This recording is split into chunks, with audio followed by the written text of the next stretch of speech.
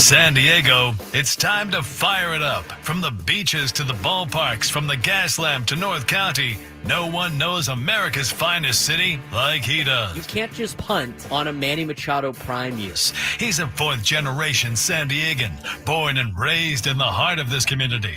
Passionate, opinionated, and always bringing you the real talk on your teams, your city, and everything in between. Braden totally knows his stuff. He's ready for the next step. That guy is good. Live and local, it's the Braden Surprenant Show. But I think Braden's one of the up-and-coming young stars in the media game in San Diego. Now, here's your host, Braden Surprenant. What's up, San Diego? Good morning to everybody out there in America's finest city. A little bit chillier this morning, getting up than it was the last couple of days. But we are here. Frank Marchese. I'm Braden Surprenant. The Braden Surprenant Show, filling in for Ben and Woods for the next couple of days. Tomorrow will be our last day having to do that.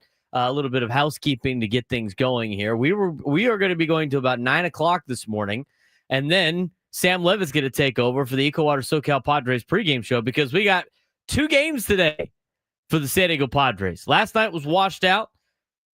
Today we got Padres game at 10:05, and then we got a Padres game later on around 3:35, 3:05-ish. I mean, I got to look at exactly what the Phillies said on their timing. But 2 games today. 2 is always better than 1, right? Well, based on some people's reactions on social media, I don't necessarily know if that was the case. There's a couple of different directions I wanted to go this morning before we get you a traffic report and get you ready for the rest of today's show. We got a lot of different things that are popping up. Again, right now is very much talking about the All-Star game, which is going to be in a couple of weeks, talking about the trade deadline, questions surrounding teams going into the trade deadline, what every team should do at the trade deadline. We're getting all those articles popping up, and some of those we will address in today's show. We have to do our bit again of drawing names out of a hat to do the lineup today. Whatever it takes to spark the offense, as Billy Martin would do. So today we're going to do things a little bit differently. Since there are 2 games, Frank will pick a lineup out of a hat. I will pick a lineup out of a hat. We didn't get to see yesterday. So we'll just redo it. Continue the bit. As we'll do that just a little bit. And then we still have to give our first half player grades. We'll do that in the 7 o'clock hour. Buy or sell a move every team should make in July in the 8 o'clock hour. What your ideal breakfast sandwich might be popping up around 8:15. We'll get you a preview of both games today, and we'll be on our way. I mean, it's going to be a quick show, and it's going to be a fast show here with Frank and I.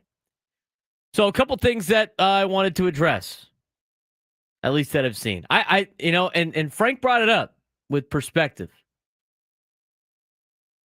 He just told I forget off the top of my head what he was talking about. It was about the Yankees or something like that. It's good to know we listen to each other. That's right. Especially here early in the morning. I saw a picture that Talking Yanks posted on Twitter that the Yankees bullpen ERA is 10.13 in their last 4 games. And the comment to that is completely unacceptable. I find that perfectly acceptable. So, it's context is everything. You need to have it. It depends on the context. Let's talk about context for a second. That's exactly what I thought you said. I just wanted to make sure. The context of right now for the San Diego Padres, I think it's fine. I think it's kind of interesting. And maybe we get ungrateful sometimes, but I saw a tweet yesterday, and it brings up perspective. And the tweet was, and I'm paraphrasing because I'm just trying to remember off the top of my head, it was like, Padres 2015 to 2019 fans. Man, I would do anything just to be in playoff contention. Padres fans in 2025. Thank God the game got rained out so those guys don't ruin our day. Where are the Padres at in the state? They're a game out of a wild card spot right now in July. After going to the playoffs 3 out of the last 5 years. it's funny how the perspective changes then all of a sudden. Look, and I'm not saying you won't press for more, but it wasn't that long ago. Less than 10 years ago, Padres fans would do whatever it takes just to be part of playoff contention, just to be part of the conversation. And now have we gotten so I'm in the same boat. I mean, last night I'm like, hey, man, we don't have to watch the Padres play like that. I think back to like high school me would just be like, we're in it. That's all I care about. Who cares? We're in it. At least this is fun. We never had to do this before. We never gotten to do this before. But the perspective's interesting. It's like, again, less than 10 years ago, we were just clamoring to be part of the conversation. Not even leading anything, just part of the conversation. And now, people celebrating that the game was rained out last night. I think that's something to think about when you're watching these games. I mean, maybe it just goes to just will never be good enough for a lot of people. And I'm not saying the way they're playing is fun to watch. Let's end that right now. It's not fun to watch because they're a lot better of a roster. We've seen them play a lot better, so it's incredibly frustrating that they're not playing better than they are.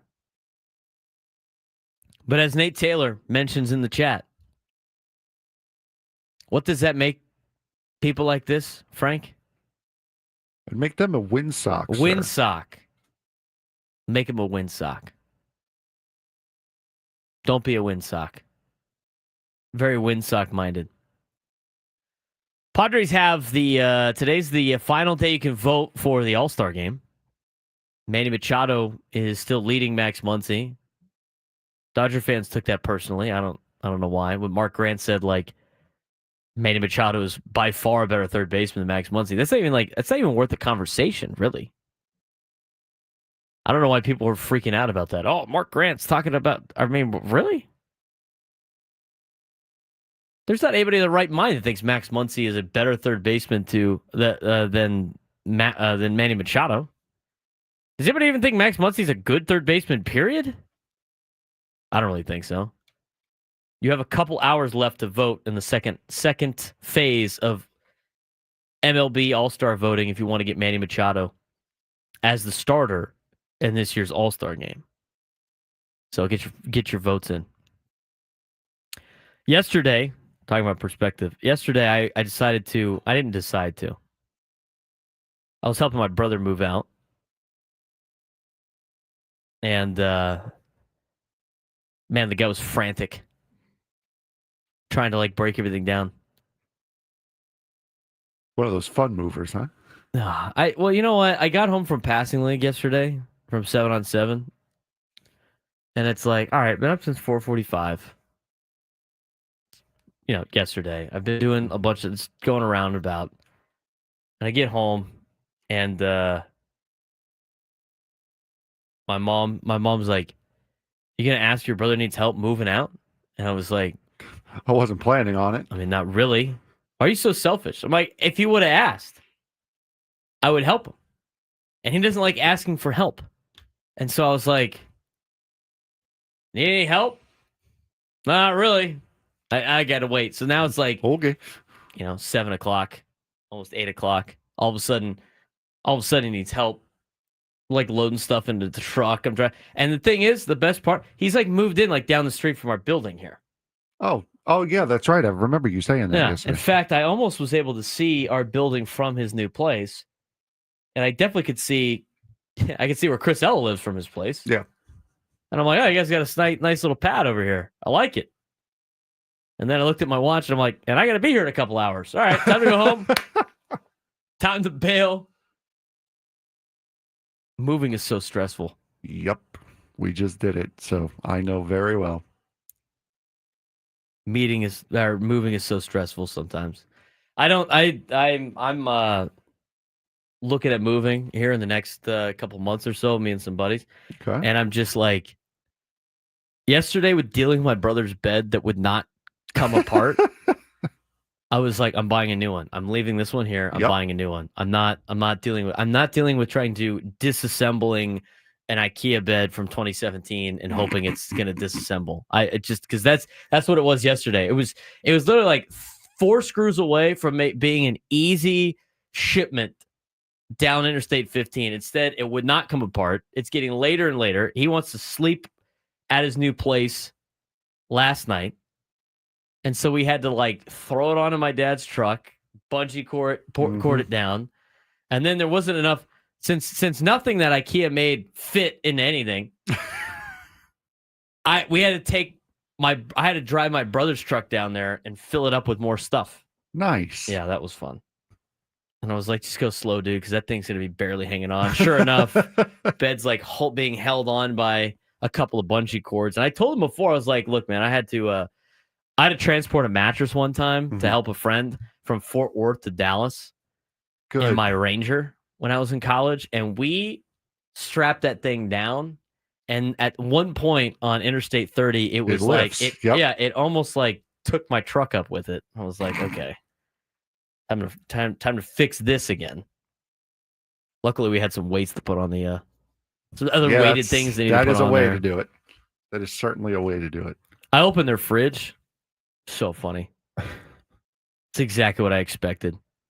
Do you expect nothing less from a refrigerator for 4 dudes living in a house? 4 20-year-olds living in a house? No, it had stuff in there. Oh. Was it a bunch of like Monsters and Red Bulls and stuff? Oh, yeah, absolutely. There was I have the picture of it right in front of me. I had to take a picture. I'm like, this is content, Matt. I got to take a picture of this. They had like the top, and everybody's got their own stash of things, right? Yep. The top shelf on the door was all chocolate muscle milks. Oh, God. All chocolate muscle milks. Right below that was the Kirkland Signature canned iced coffee. Good. All loaded up in that shelf. Shelf below that was a full shelf of Red Bull. So we got our caffeine and our protein ready to go. That's all you need, right? That's right. There were about 14 packages of eggs in the like everybody got their own eggs. I feel like if you're moving in with somebody or like you're living together, I feel like you could probably split eggs. There's no like community egg drawer. Apparently not. So the top shelf had eggs, a beef and short rib lasagna, a gigantic thing of ground turkey, and some other thing on the top that was something that's easy to cook. Second shelf, all LaCroix water. All LaCroix sparkling water. Next shelf after that was 2 gigantic things of microwavable mashed potatoes, but like the size that you would serve somebody almost on Thanksgiving. Bro. Next to a box of Celsius. We have almost every way to be caffeinated in this fridge. And next to no way to eat. Great.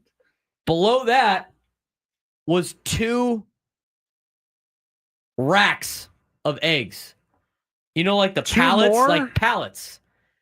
The top row had an 18-pack of eggs. The second to bottom level had those like soup, the big like 60 packs. You get it like Costco.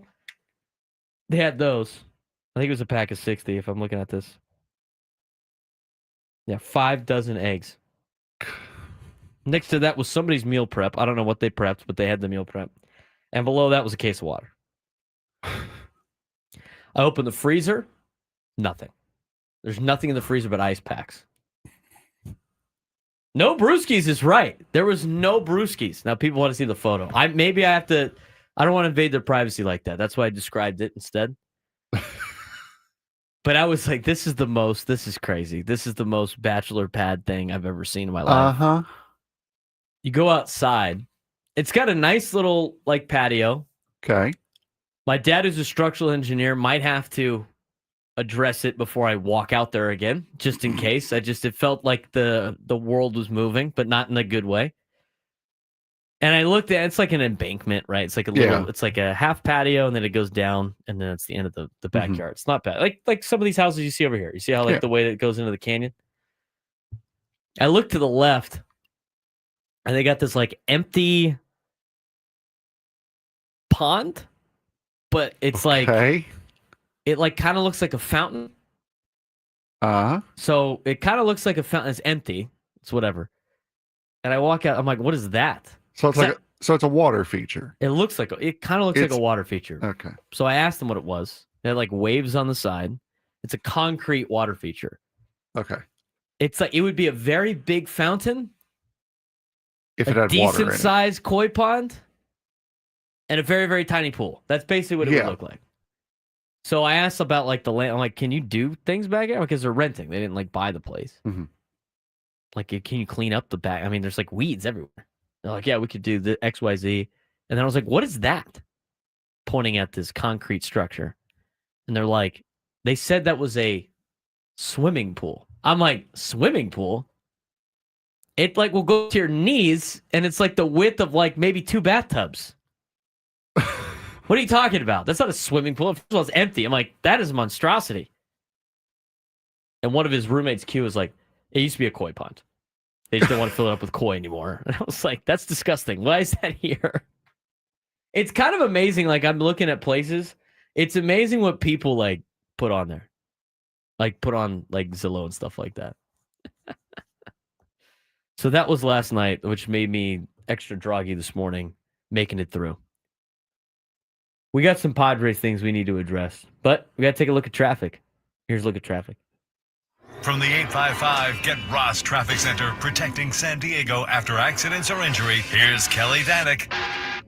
This game day traffic report is brought to you by Crystal Geyser Alpine Spring Water. The freeways are looking good so far this morning. There is an accident on the Coronado Bridge, though, heading over to the island near the old toll plaza. This vehicle went over the side, over to the right. So you got emergency crews there with some cable trying to pull that vehicle up and out of there. Again, that's heading over to the island near the old toll plaza. What makes Crystal Geyser Alpine Spring Water different? They always bottle their Alpine Spring Water less than 1.5 miles from the spring source. And all of their bottles are made with 50% recycled plastic from their own recycling plants. Crystal Geyser, bottled at the spring source. I'm Kelly Danick with Ben of Woods, San Diego's #1 sports station, 97.3 The Fan. All right. So that distraction from yesterday, as we try to keep you distracted from Padres baseball. Padres baseball overall, as mentioned before, 45-39, game out of a wild card spot, roughly. I don't know if that has gotten drastically updated since last night. A lot of games were rained out yesterday in Major League Baseball. And the Padres are not playing up to the level that they should be playing at. And there's a big question, again, that we're going to get to later on in the show. But, and it has to do with the catching position, because it was brought up in Kevin Acey's daily newsletter, which we like to pull from a lot during our show from 10 to 2. It happens like it comes out usually like late in this show. So there wasn't too much you could pick out of it. But interesting perspective on a decision that was made 2 days ago by Mike Schilt that really asked the question about the catching position in general. And we'll talk about that in just a little bit. But what we did yesterday, because the offense is not doing well. Aside from Xander Bogaerts right now, the offense is not doing well. Xander was 3 for 4 a couple nights ago. It was his 4th time in his past 10 games that he has at least 3 hits. In that span, he has raised his season batting average 31 points to 258, which, by the way, as we had talked about yesterday, is the same batting average as Fernando Tatis Jr. His OPS, 86 points, higher than it was. He now has over a 700 OPS for the first time this season. His double on Monday was his 10th extra base hit in his past 14 games. He had 0 extra base hits in his first 68 games. But Xander's playing really well. Nobody else is. Fernando 1 for 4 last night, or a couple nights ago. He finished June batting .235 with a 706 OPS in 27 games. That arguably has to be the worst June he's ever had. I mean, June's usually the year, like the month, the year. That is the month that he usually starts heating up. That's the month that he starts getting going. Since the beginning of May, Fernando is hitting .209 with a 668 OPS. I was asked this question again on Monday. How do you fix Fernando? I don't know how to fix Fernando. This is more of a mental side of baseball, I think, more than it is a physical side of baseball. Manny Machado's a single on Monday, put some 6 hits away from 2,000. Maybe he does that today. If Manny Machado could get 2,000 hits by the end of the day, going 3 hits in game 1 and 3 hits in game 2, Padres might win 2 games, although it's very difficult to sweep a doubleheader. But you look at what the Padres are doing offensively. Again, aside from Xander Bogaerts, who's finally turning things around. You had Tatis batting .209 since May 1st, and Manny's hitting .129 over his past 8 games. Jackson Merrill kind of up and down with being injured and everything like that. Start going through the rest of the lineup, and it's just not really performing. But they're getting hits. They're just not getting hits to score runs. Another game, a game on Monday again, was out hitting the opponent. We could ask the question about, is the offense too broken to fix internally? I don't know if the offense is broken, more so as guys are not executing.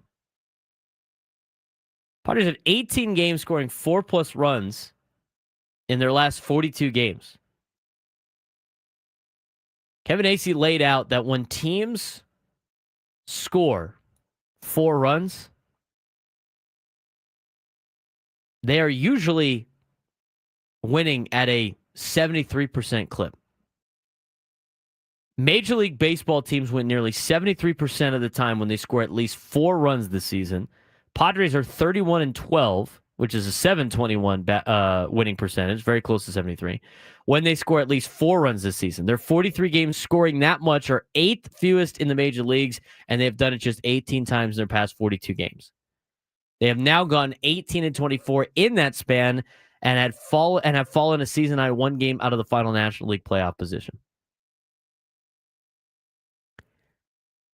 Their 43 games scoring 4 runs or more are 8th fewest in the major leagues, and they've done it just 18 times in their past 42 games. In their past 42 games, if they haven't scored 4 runs, they haven't won. So maybe that's the recipe for success today against the Phillies. Got to try to score 4 runs in both games, maybe. So yesterday, Frank mentioned Billy Martin, old Yankees manager, when it seemed like all was lost and there was nothing more he could do to try to get a spark. He would draw a lineup out of a hat. So we did that yesterday. In fact, it was pretty close to being a decent lineup, mixing a couple guys. We're doing this for a bit, and until they score, you know what? I think it needs to be 4+ runs in order for us to not do this bit anymore, Frank. Just because it makes sense with what Kevin put out. We have to redo it because yesterday they didn't play. So we got a doubleheader today. We're both going to pull a lineup, and then we'll talk about which one we want to do for each game. And we're getting this out of the way early in the early morning so we can focus in on other things, like a glaring question that has popped up after Monday's game. So, Frank, we're ready to partake in this lineup as called in by the manager, Hattie. Just give me 1 second here. I'm adding 2 more names to the pot here. Are we going to do 11 names and the first 9 get to go just because of a doubleheader? So my plan is, I'm adding Brandon Lockridge and Martin Maldonado. So if you pull Maldonado, Diaz doesn't count. All right, yeah. If you pull Lockridge, then Johnson doesn't count. Let me add these 2. Let me add these 2 to the list here. I love the fact, by the way, you didn't see this yet. Frank he doesn't fold it into the hat. We're gonna crumple it up. No, because if you fold it, you can kind of see, you can kind of guess, and it doesn't shuffle as well. But you know what? I think you should pick first today, since you didn't get to pick it all yesterday. As long as you type it in. All right, batting leadoff for the Padres today, since we're trying to spark it. That one fell out of the hat. All right, here we go. I'm gonna make this quick. I got to read your handwriting though. Fernando batting leadoff. Oh, well, there you go. We're off to a great start. It's already rigged. You got that? Yep. Got Batting second for your San Diego Padres, as written in by Billy Martin, out of a hat. I want to rip this. Martin Maldonado. There we go. That's going to be great. Can't wait to see him get pinch hit for in the third inning. This hat's not very good for this. All right, here we go. Bryce Johnson. This is brutal. See, this was the lineup we were hoping to get yesterday. Yeah, this is making the bit way better. Batting fourth in Billy Martin's hat lineup for the Padres. Try to get a spark. So you said Brandon Lockridge doesn't count now? Yeah, Lockridge won't count now. No, that would have been a great. That would have been a great starting lineup right there. Well, Fernando, we could. we and give Sheets the day off. We have to pay too much attention to the positions at that point. Yeah, I don't want to do that. All right, here we go. Xander Bogaerts batting cleanup.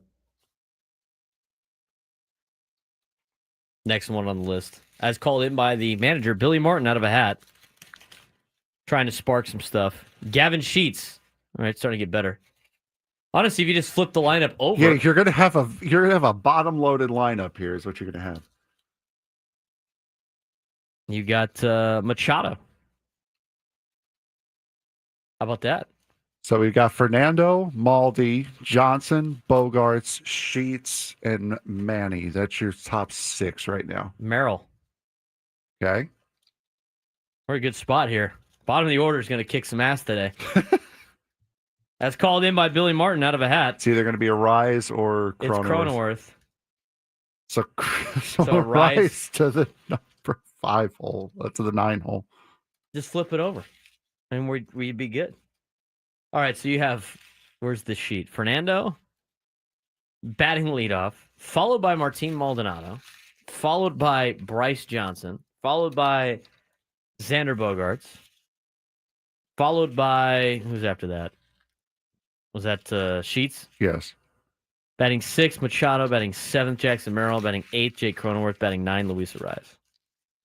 That would install a riot, wouldn't it? You know, I could think of a couple better guys to hit 2 and 3 for sure. I'll tell you that much. This is like a spring training lineup when you want to get looks for Martin Maldonado and Bryce Johnson. Not even. There's too many stars in it. All right, here we go. Let's hurry up and get this done. Yes, lineup number 2 coming in. All right, now we got to pick who goes in what game.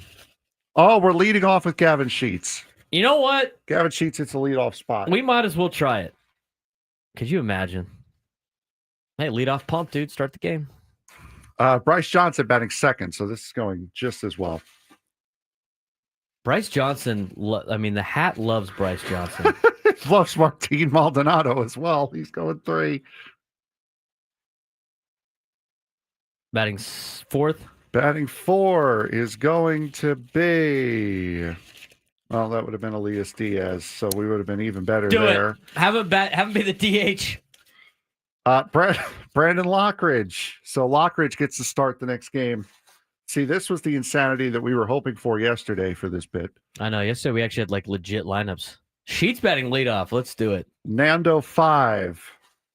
You might have to do that to get him right. Okay. Batting 6 for Billy Martin's hat lineup. Merrill 6. All we need, by the way, for us to not do this every day is the Padres to score 4 runs and win. Xander 7. Unless you guys really like this.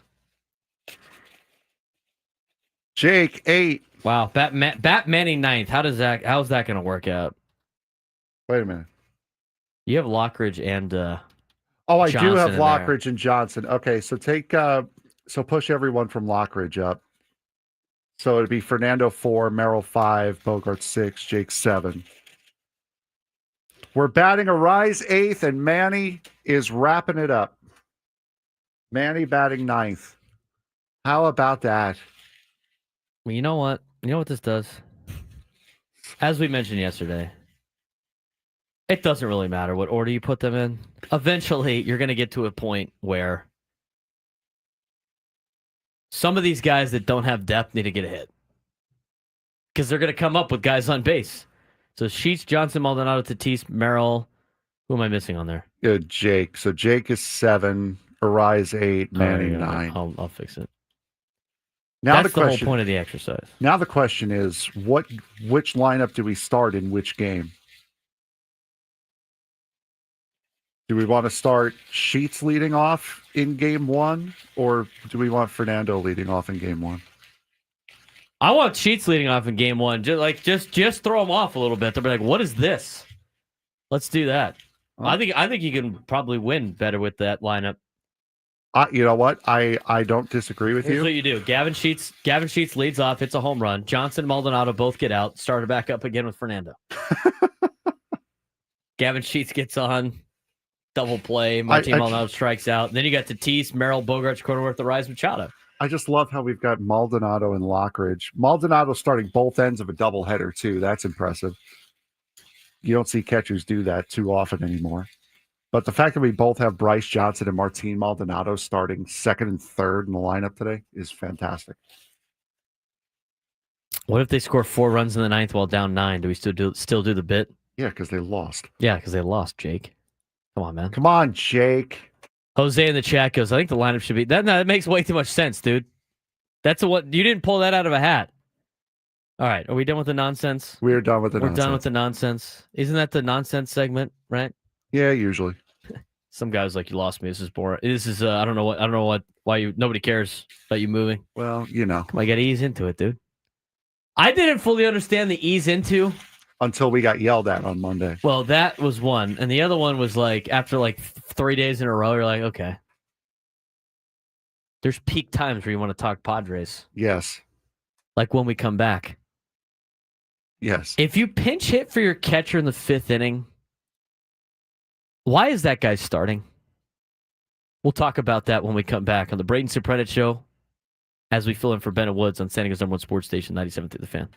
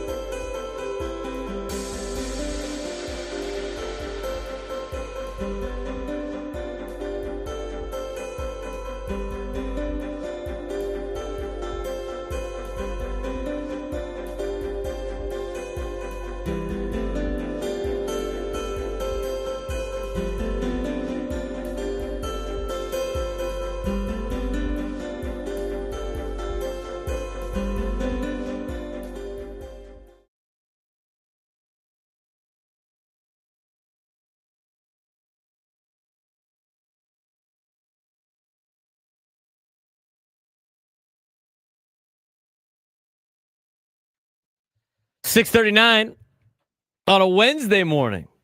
Braden Surprenant, Frank Marchese, the Braden Surprenant Show, filling in for Ben and Woods for the next couple of days. We are going to lead you into the Ecowater SoCal Padres pregame show coming up at 9 in the morning. We got Padres baseball early. Sam better brought us pancakes. If he's going to coin the phrase Padres and pancakes and we're here before him, he should bring some. 10 out of 10. We also got to congratulate him, too, on being the fourth highest ranked quarterback in college football this year, as far as the game goes. September 26th is going to be a bad day for Sam. September 26th. Let me make sure I get that date right. Otherwise, that would stink if we didn't show up on the right day. That'd be so on par. Yeah, September 26th. Circle it. Write it down. I'll be coaching football against Granite Hills. But I'll be monitoring either on my watch somehow or somewhere. TCU beating up on Sam Levitt in Arizona State. That's what we're going to be with that. You know, pancakes are kind of hard to give on a Wednesday. I would accept donuts too, Sam. And there's always the McDonald's breakfast platter. That's always the thing. Text Sam, just like some random breakfast order. Yeah, just the like, just the two of us get the breakfast platter. And you'd be like, "What is this?" Well, this is our order. This is what you have. This is what the morning show told us you did for them when you preempt them. Or maybe since he's preempting us, we should give him breakfast. No, You don't like that idea? What? Where are we going to get time to get breakfast? Oh, man, it's like DoorDash and stuff. Oh, stop it! I'm not going to spend extra money on top of the money I'm already spending. It's true. Also true. Anyway, you had donated blood yesterday. I did. Big thank you. I was a very brave boy yesterday. Nice. I hate needles. I really, but me not wanting to go home that early in the morning outweighed my hatred of needles. So it was very good. The bus was right out here. Got up, went in there, sat in their little airplane bathroom stall that they have in the back there. Filled out the form, got my finger pricked, which I hated the most, because that actually hurts a lot more. The finger prick, I hate it. While I'm in there filling out the form, the girl's asking me, "Hey, do you want to do the red blood cell draw one?" I'm like, "Well, you're taking my blood anyway, so I figured you would be taking those. What's different about this?" And all I hear is something smaller needle. Sounds good. I'm like, stop, time out. Because I remember doing this in high school because I hated my last two classes. So I figured, again, my hatred of my last two classes outweighed the hatred of needles. Mm-hmm. I remember they stabbed me with a harpoon when they did that the last two times. Fishing for Frank. So I'm like you're a tuna. I told her, I'm like, okay, I guarantee you will get a lot more people to do this longer process with if you start with a smaller needle. Just lead with that next time. Well, we thank you for that. Yeah, no problem. It helps a lot of people. 2 bags of O positive on the way. Nice. I want one of those chairs that they have in there too. The ones like this? Yeah, the recline, the lean back chair. I do a lot of sim racing. That is like the perfect position for it. I want one of those chairs so bad. You want a new one, right? Well, obviously. I'm sure it's like when they decommission like police cars, you can go buy an old police car. Blood bank for sale. Former blood bank for sale. Frank, I'll take it. What are you doing? I just want the chair. I want the chair for sim racing. That's it. Padres wrap up is brought to you by the all new Hamul Casino Resort, the Players Place. We have nothing really to wrap up from yesterday, but just because there was no game, we did see Padres personnel and coaches trying to clean the flooding out of their dugout yesterday, or out of their clubhouse, because the clubhouse was flooding because of all the rain that was happening on the East Coast. Rained out the game, 2 games today. But something that happened as we recap Monday's game again, different angle this time, about the catching position. Like we've talked about this before. The catching position is interesting around Major League Baseball because the catching position in Major League Baseball, for most organizations and most managers, let's say managers, because there seems to be a little bit of disagreement on what the catching position is for. Mike Schilt views it as a defensive position. Defensive position. Some people in the organization disagree on that. There's a lot of teams in Major League Baseball, a lot of people in baseball that view catcher as a defensive position, and whatever you get offensively, you get offensively. So, let's look at the Padres catching position. And by the way, start looking around Major League Baseball. We've talked about this before. Well, you have to kind of wait for Ethan Salas, and you got to wait for him to really develop his bat because behind the dish, he's already one of the best catchers in the minor leagues. He's also hurt right now. But catchers that offensively, or that can contribute offensively, are unicorns. There's not a lot of them out there. The Adley Rutschmans, the Salvador Perez's, I mean, those guys don't just grow on trees. So when you get a hold of one, like the Padres with Ethan Salas, at least they think, and again, I wouldn't give up on the kid yet. He's 19. Just because it's been off to a rough start. He's 19. When you get one of those players, you try to hang on to him, and he is the catcher for the future. But until then, you're trying to just makeshift and put things together. As of right now, the Padres offensively have almost zero production out of their catching position. It's brutal. Trying to find somebody to replace them on teams that aren't competing very well is also a very difficult task. We've heard, the comments, maybe Sean Murphy can come in. He's one of those guys that can hit as a catcher. He's been very injury prone. You'd have to take on his contract the next 4 years. I mean, there's a lot of downsides to that as well. So internally, is there an option to do something better than what you saw on Monday? Here's the situation on Monday. The Padres are down early. They have runners on first and second with a couple of outs, and Martin Maldonado's spot is coming up in the lineup for his second at-bat of the day. It's the fifth inning. And Mike Schilt pinch hits for him, which I think is not a difficult decision. So when you look at, and Kevin Acee laid this out, and I totally agree. The question is, if you pinch hit for your catcher in the fifth inning, why is he even starting in the first place? Well, again, it's to catch the manage the pitching staff. I mean, and any other situation, right? If you're pinch hitting for a player for their second at bat of the game and the guy's not hurt, that's all you need to know about the position. And we it's laid out in the daily newsletter from yesterday. And I agree. Think about the thought process here. Again, Mike Schilt has said that this is the defensive only position. When asked about it, and he never really S's on his players, he'll always have their back. But when asked about the decision, he responded with, it's a fairly easy decision, quite frankly. And the reality is, it's not like he was adding a guy off the bench that was some world beater player.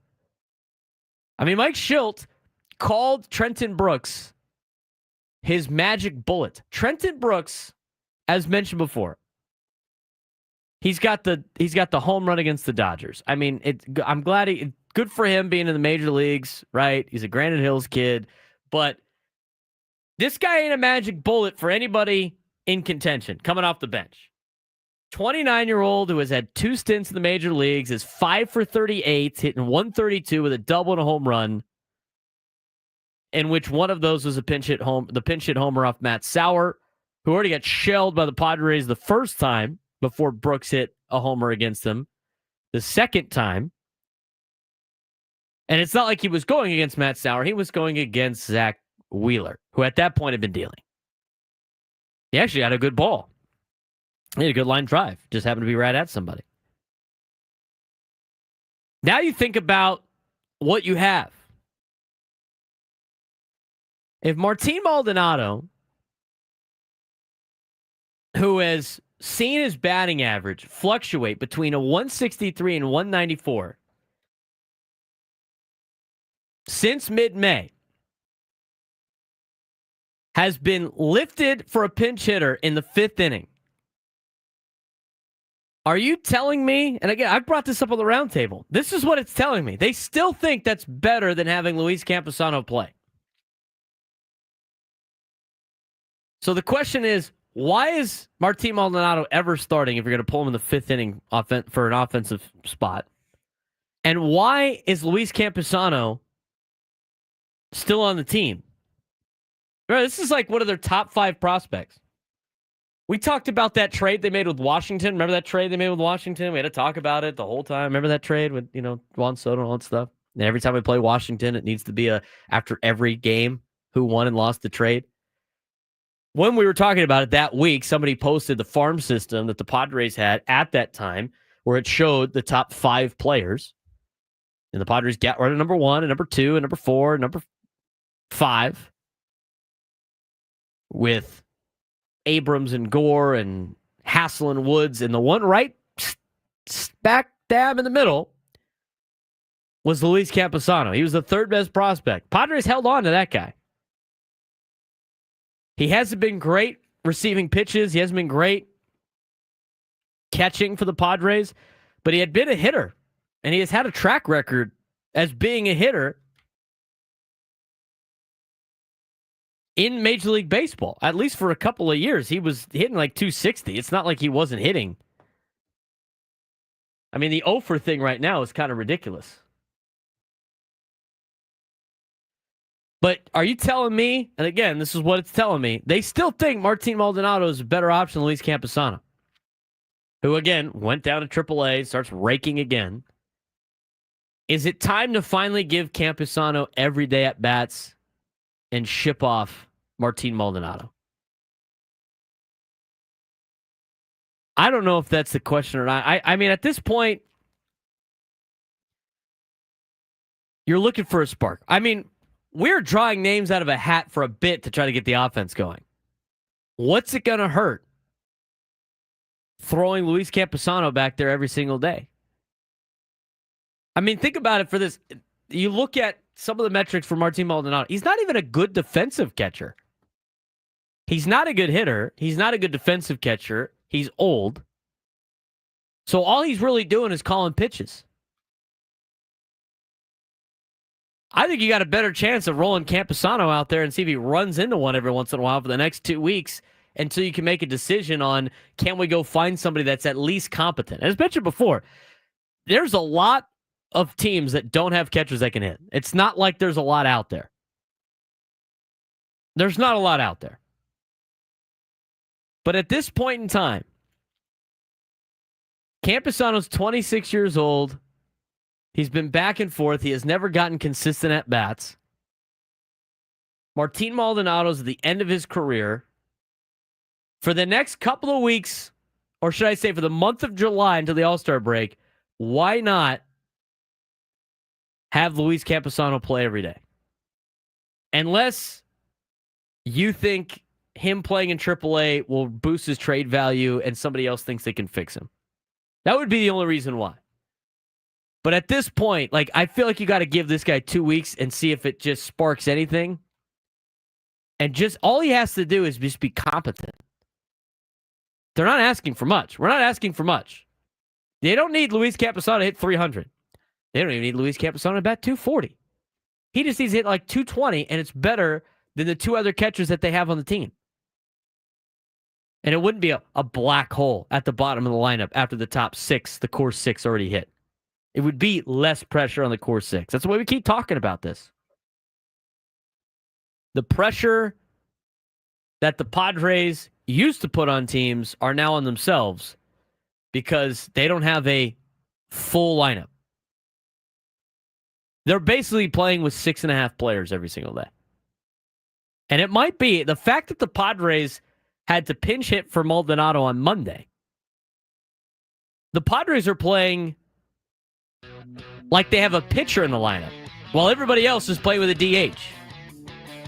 I mean, that's something you would do if a pitcher was hitting, not like a lineup with a DH in it. 833-288-0973, 833-288-0973. We got our buddy that's out there in Philly, Joe in New Jersey. Going to get to him when we come back on the Braden Surprenant Show, Standings #1 Sports Station, 97.3 The Fan.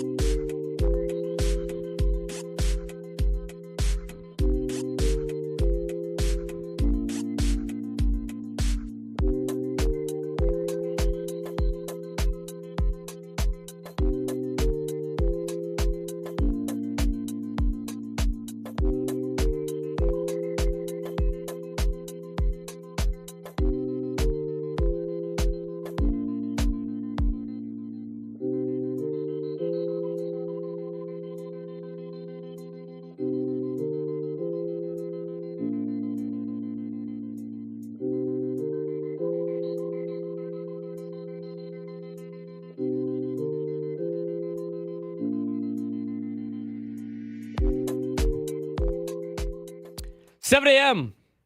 Hour number 2, Braden Surprenant Show, filling in for Ben and Woods for the next couple of days as they're out in Philly. Hopefully trying to bring some victories today for the San Diego Padres. Doubleheader as we will lead you into the EcoWater SoCal Padres pregame show coming up at 9:05. Only a shortened show today.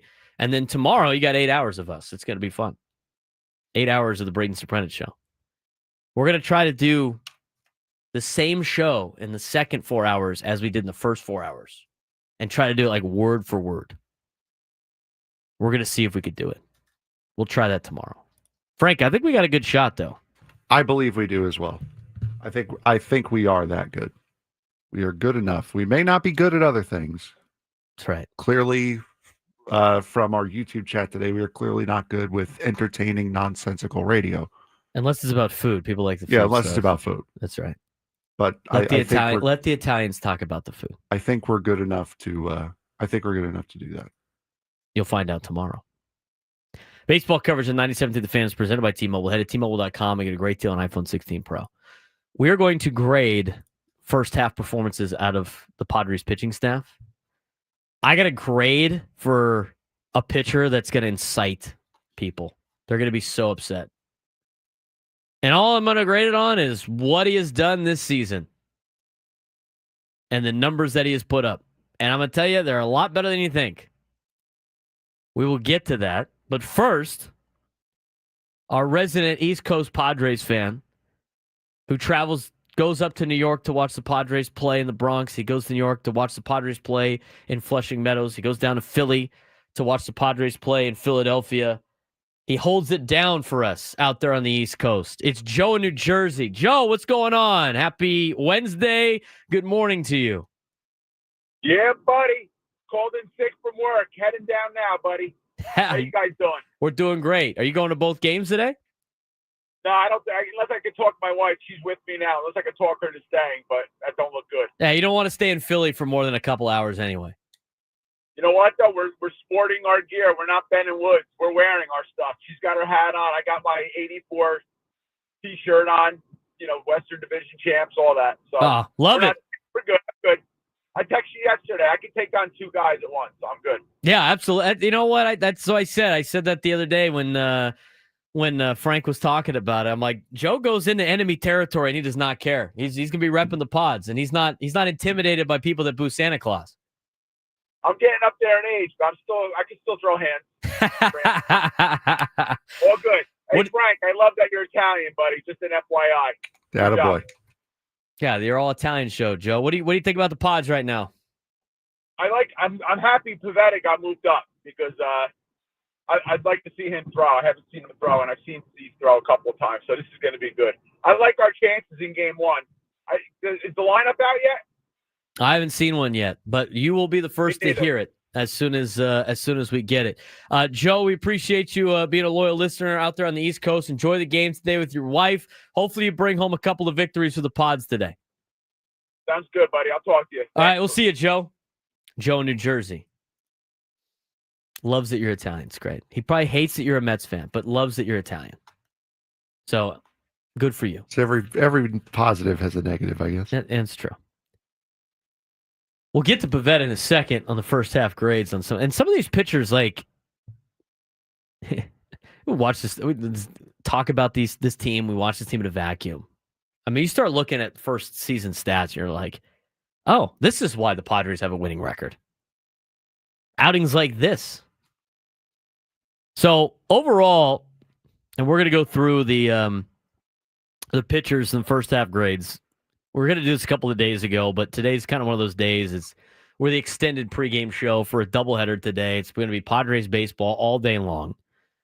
And we're going to evaluate first half player grades for the pitcher standpoint. Like, I'm telling you right now, there is a pitcher on here that people are not going to like my grade for. But we're going to go with it. And I got stats to back it up. Let's start with Jason Adam.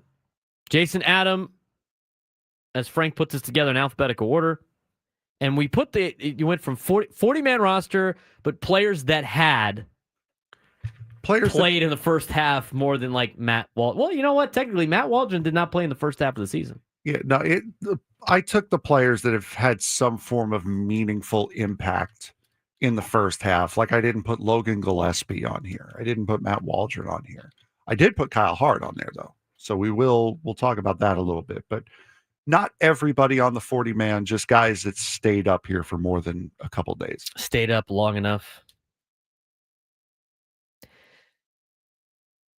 Jason Adam, Ryan Bergert, Dylan Cease, Jeremiah Estrada, Kyle Hart, Alec Jacob, Michael King, Stephen Kolick, Yuki Matsui, Adrian Morahone, David Morgan, Wandy Peralta, Nick Pavetta, Sean Reynolds, Robert Suarez, Randy Vasquez. Starting with Jason Adam. Adam, first half of the season, I think he's been great. He's got a 1.4 WAR. He's got the highest WAR out of B-WAR out of any pitcher in the bullpen for the Padres. Jason Adam. 6-3 with a 1.69 ERA. He has appeared in 42 games already. That's got to be like one of the most in Major League Baseball. Number one. It is still number one? Yeah. Jason Adam has appeared in more games than any other bullpen arm in Major League Baseball. 1.4 WAR, 6-3 record, 1.69 ERA, 42 appearances. He's gone 42 and 2/3 innings. Only allowed 2 long balls. He has 50 strikeouts, which is second most in the Padres bullpen, and has allowed 18 walks. I give Jason Adam an A. Do you disagree? Anybody else disagree? I think Adam's an A. I don't want to spend too much time on Jason Adam. Guy's electric. It's a big reason why A.J. Preller picked him up at the deadline last year. In alphabetical order, Ryan Bergert. I think Ryan Bergert's done a fairly good job for the Padres in filling in as a starting pitcher. He already has a 1 WAR. I mean, think about that. He's appeared in 9 games. He has made 5 starts, and he has a better WAR than Dylan Cease this season, according to Baseball Reference. 1-0, 2.67 ERA, over 27 innings pitched, 12 walks, 23 strikeouts. I give Ryan Bergert an A. What is being asked of him to do and what he is doing, he has been more than impressive. I know he's on the injured list right now, but he has filled it nicely. He's done a good job of keeping this rotation afloat until you get reinforcements back. I give him an A. Frank?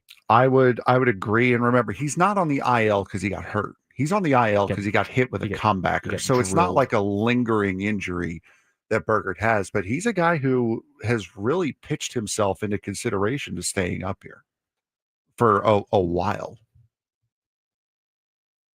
Dylan Cease.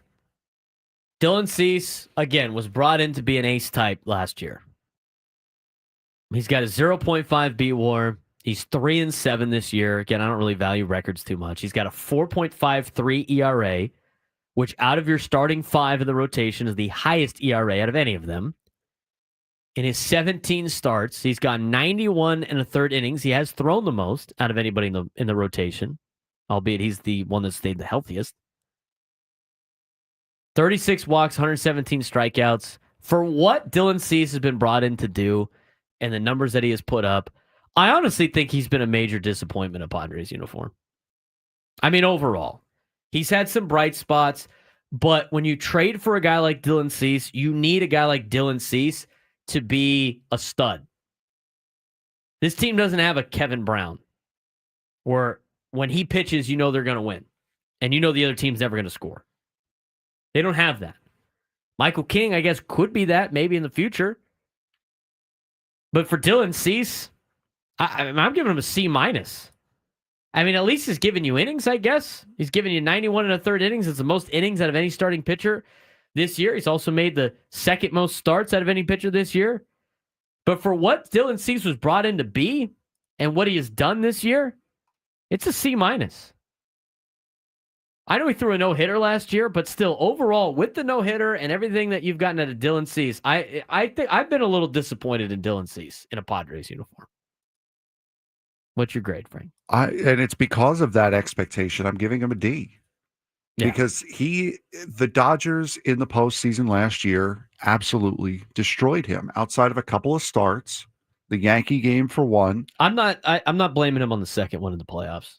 He should have pitched anyway. Right. No, I agree. But still, I mean, those were 2 big games that he needed to perform in. and he fell about as flat as you could fall flat, and he just has not recovered from that at all. He had the Dodger game, he had the Yankee game this year, but other than that, he's done absolutely nothing. I'm giving him a D. Jeremiah Estrada, 0.5 WAR as a bullpen piece, 2-4, 3.41 ERA. He's gone 37 innings this year, 51 strikeouts, 14 walks, a 1.22 ERA plus. ERA plus is just like OPS plus. If it's 100, he is an average pitcher. If it's over 100, he's better than an average pitcher. If it's under 100, he's worse than an average pitcher. He's above. It's a 1.22. Just to put in perspective, the lowest ERA plus on this team right now is Dylan Cease in the pitching staff. 91, at least in the starting rotation. He had a 91, just to go back. Jason Adams got a 245. Estrada's got a 122. I give Estrada a B. I think it's a solid B. I think he's done a good job. I think the Dodgers have rocked him a couple times, which is obviously not great when that's the team that you need to beat year in, year out. I give Jeremiah Estrada overall a B. I think he's got great potential. He's only 26 years old. I think he's been great in a Padres uniform. I think he could be better than what he is. And I think he knows he could be better than he is. I would imagine if you talk to Jeremiah Estrada about his first half, I bet you he'd say, I could be better. Man, I think he could. I give him a B. I would agree with that as well. He's gotten touched up a couple times this year, but other than that, he's been rock solid. Another guy who's up in the top 10, if not the top 5 in appearances as well. Kyle Hart, I forgot this guy was on our team. Number 5 starter on opening day. Number 5 starter, showed a lot of promise in his first start in a Padres uniform at Petco Park, and then had a clunker in Chicago, and then showed promise again, and then had a clunker again. That went back and forth for a long time. I don't know if his last start was in Detroit. I remember the Detroit start off rough and then settled in against the Tigers team that's now first place in the American League. In 6 starts, he has a 6.66 ERA, 2-2, negative 0.5 WAR. We haven't seen him. He's been in the minor leagues ever since. 17 strikeouts, 6 walks, 62 ERA plus. You were kind of taking a chance on him anyway. I have been disappointed because of how nasty his sweeper was in spring training. He's just like Matt Waldron. He's got one really good pitch, and then he's got nothing else in terms of his pitching. Obviously, the expectations weren't super high for a guy like Kyle Hart, so with that, I give him a C-.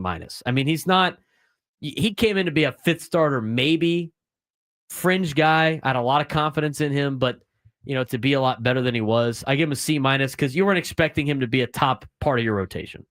Now, 2 runs against Cleveland in the opening series, 5 against the Cubbies, didn't get out of the first inning, shut out the Rockies in 6 innings, 1 hit. You can shut out the Rockies. Thank you. Moving on. Thank you for believing in me. You're welcome. 5 against Houston, 2 against Detroit, and then 5 against the Marlins in his last start on May 28th. I'm sorry. It's a C-. I agree with you there. The best part about Kyle Hart, though, and I would have kept him around for it, one of the very few guys at the turtleneck. Absolutely love that look. Love that look. Guy looked like Kevin Brown, didn't pitch like Kevin Brown. A turtleneck. And a lefty, too, so it was a different look out of a rotation that's been predominantly righties for years now. Alec Jacob, one of those guys, he had a negative 0.7 WAR, 6.94 ERA, 1-0, 23 1/3 innings pitched, ERA plus 60, C. I mean, he's kind of a gimmick anyway. I mean, I don't really want to weigh more into that, but C.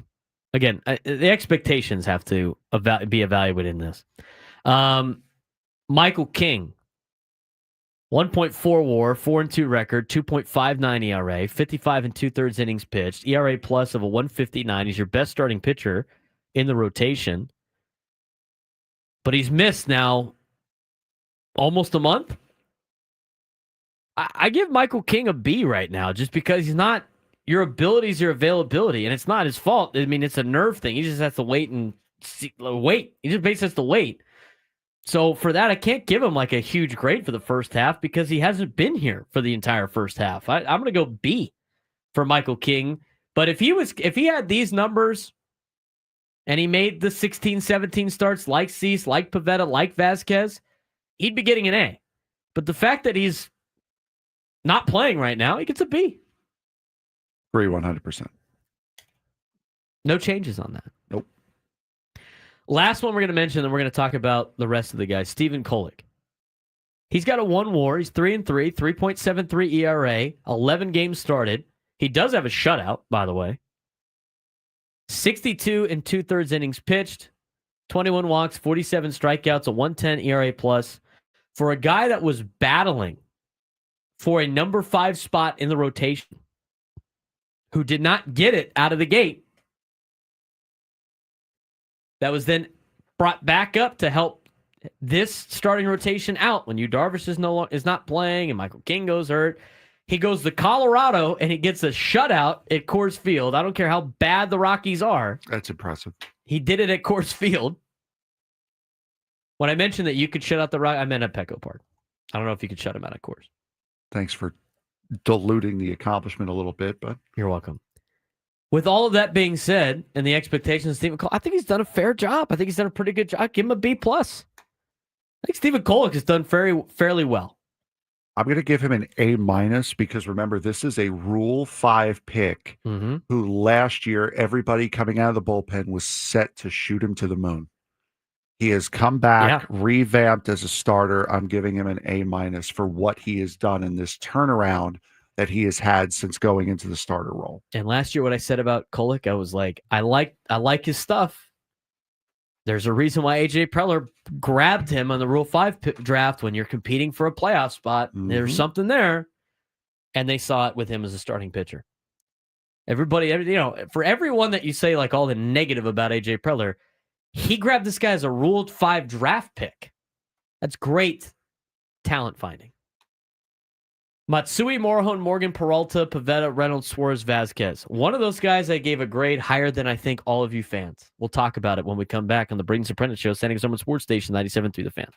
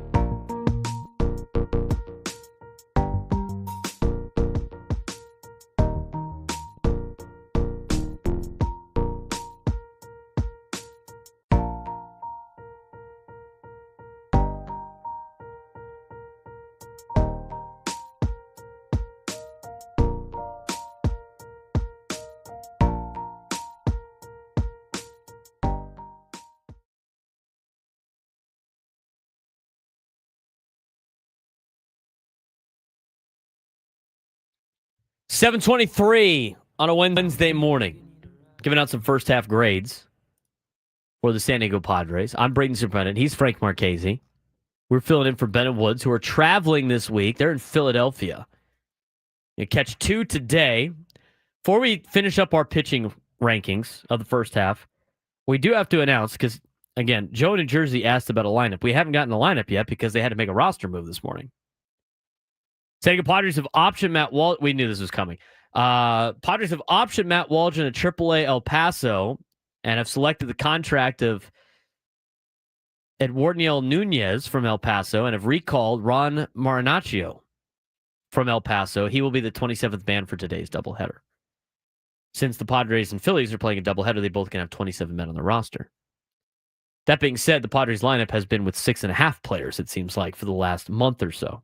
We'll talk about the position players a little bit later on. So we did half of the pitching staff. Again, it's in alphabetical order on the 40-man roster. First half grades. Let's talk about Yuki Matsui. Yuki Matsui this season has a 0 WAR, 2-1 record, 4.73 ERA. He's appeared in 34 games. He's gone 32 and a third innings, 15 walks, 36 strikeouts, and ERA plus of about 88. I did want to look this up because for some reason Dodger fans think Yuki Matsui just owns them for some reason. So it's amazing perspective. And if you look at the numbers, he does pretty well against the Dodgers, I guess. 4 games against the Dodgers this year. He's got 2.70 ERA. He's only given up 1 run. 6 punch-outs. Maybe he's got something slightly to that. But despite all of that, I give Matsui a B. I mean, he is what he is. He's okay. He's not expected to be a high-leverage guy. He does okay. He was expected to be a high-leverage guy, though. He was signed with the expectation that he was going to be the closer. I mean, everybody they signed, they tell me he's a closer. That is Jose Castillo is supposed to be the closer. I'm just telling No, you. I know. It's just they're like, oh, this guy could be a closer. I watched him pitch twice, and I'm like, there's no way this guy's gonna be a closer. I mean, He's a closer in Japan. So cool. I give him a B. I don't have high expectations for Yuki Matsui. I think he's just like a guy that just eats innings. And when he's pitched, the Padres look like they've conceded the game. yeah, I can't give him an A. I can't give him a C. I'll go with a B as well. I mean, you were ready to I thought you were about to drop like a D on this guy. No, absolutely not. Pause. Okay. Adrian Morejon. What? Did you say something? No, it's Adrian phrasing. Morejon. 0.9 WAR, 4-3 record, 1.96 ERA, 36 and 2/3 innings pitched, 33 strikeouts, 6 walks, a 2.11 ERA plus. Is there anything besides Adrian Morejon? Absolutely not. Adrian Morejon's great. Adrian Morejon had a good year last year and is continuing that with a great year this year. He has shown that he could be a high leverage guy as a left-hander. He has shown that he could take on the top half of that Dodgers order. And he's only 26 years old. I love everything that we're getting out of Adrian Morejon this year. And he's made 40 appearances. I mean, this has to be close to the most appearances he's made in a season. I don't give out A pluses because those don't exist in school. I've given out an A. And this was also another guy who was supposed to be a starter this year. They were stretching him out to be a starter, and he's become one of the most valuable back end of the bullpen guys that they have right now. They gave him $5 million to be a starter when he was like 16. Yeah. I could see the Padres continuing to do that, by the way. Remember, we talked about this before. We compared him to Michael King. Michael King started getting starts with the Yankees at age 28. Morejon's 26. I mean, they could theoretically have Morejon come out of the bullpen again next year and then try to lengthen him out when he's 28 if they wanted to. I'd give him a contract extension immediately. Morejon? Oh, absolutely. Yeah. Oh, yeah. Absolutely. I don't know how many more years he has under contract. Let's go look that up real quick. But the guy's this is his 7th year in the big leagues. Wow. 7. I would not have expected that. He's been up since he was like 19 years old, 20 years old. Yeah, so it makes sense. He's coming into his prime. He's Yeah. growing into Guy's so it been, makes sense. pitching like this for a long time. He had missed 1 year for Tommy John. He's been great. Adrian Morejon is going into ARB 4 next year. So you have 1 more year of control on him next year, and then he becomes a free agent in 27. I'd sign him right now. Absolutely. I'd sign him this offseason right now, whenever. He's got to be on this team. David Morgan, I give him an A-, 0.5 WAR, limited sample size. He has appeared in 14 games. He's got a 2.08 ERA, 17 and a third innings pitched, a 2.02 ERA plus. He's got 4 strikeouts, 4 walk. Or sorry, that's Logan Gillespie. He's got 20 strikeouts and 7 walks. High velo guy. I've been told AJ Preller really likes this guy. I can see why. I give him an A. Yeah, I'll give him a B. He's been solid. He has had a couple of shaky outings, but there were also outings where he was expected to just go out there and take a hit. So he's 25 years old. He's supposed to be the mop-up guy. Yeah, I'll give him a B+. I'll go A-. Here's the guy. We got to take a break. This next guy, you don't want to. You're gonna. I'm telling you right now, he did better than you think. Who is it? Nick Pivetta. What's the grade? We'll talk to you when you come. We'll tell you about it when we come back on the Braden Surprenant Show, San Diego's #1 sports station, 97 through the Fan.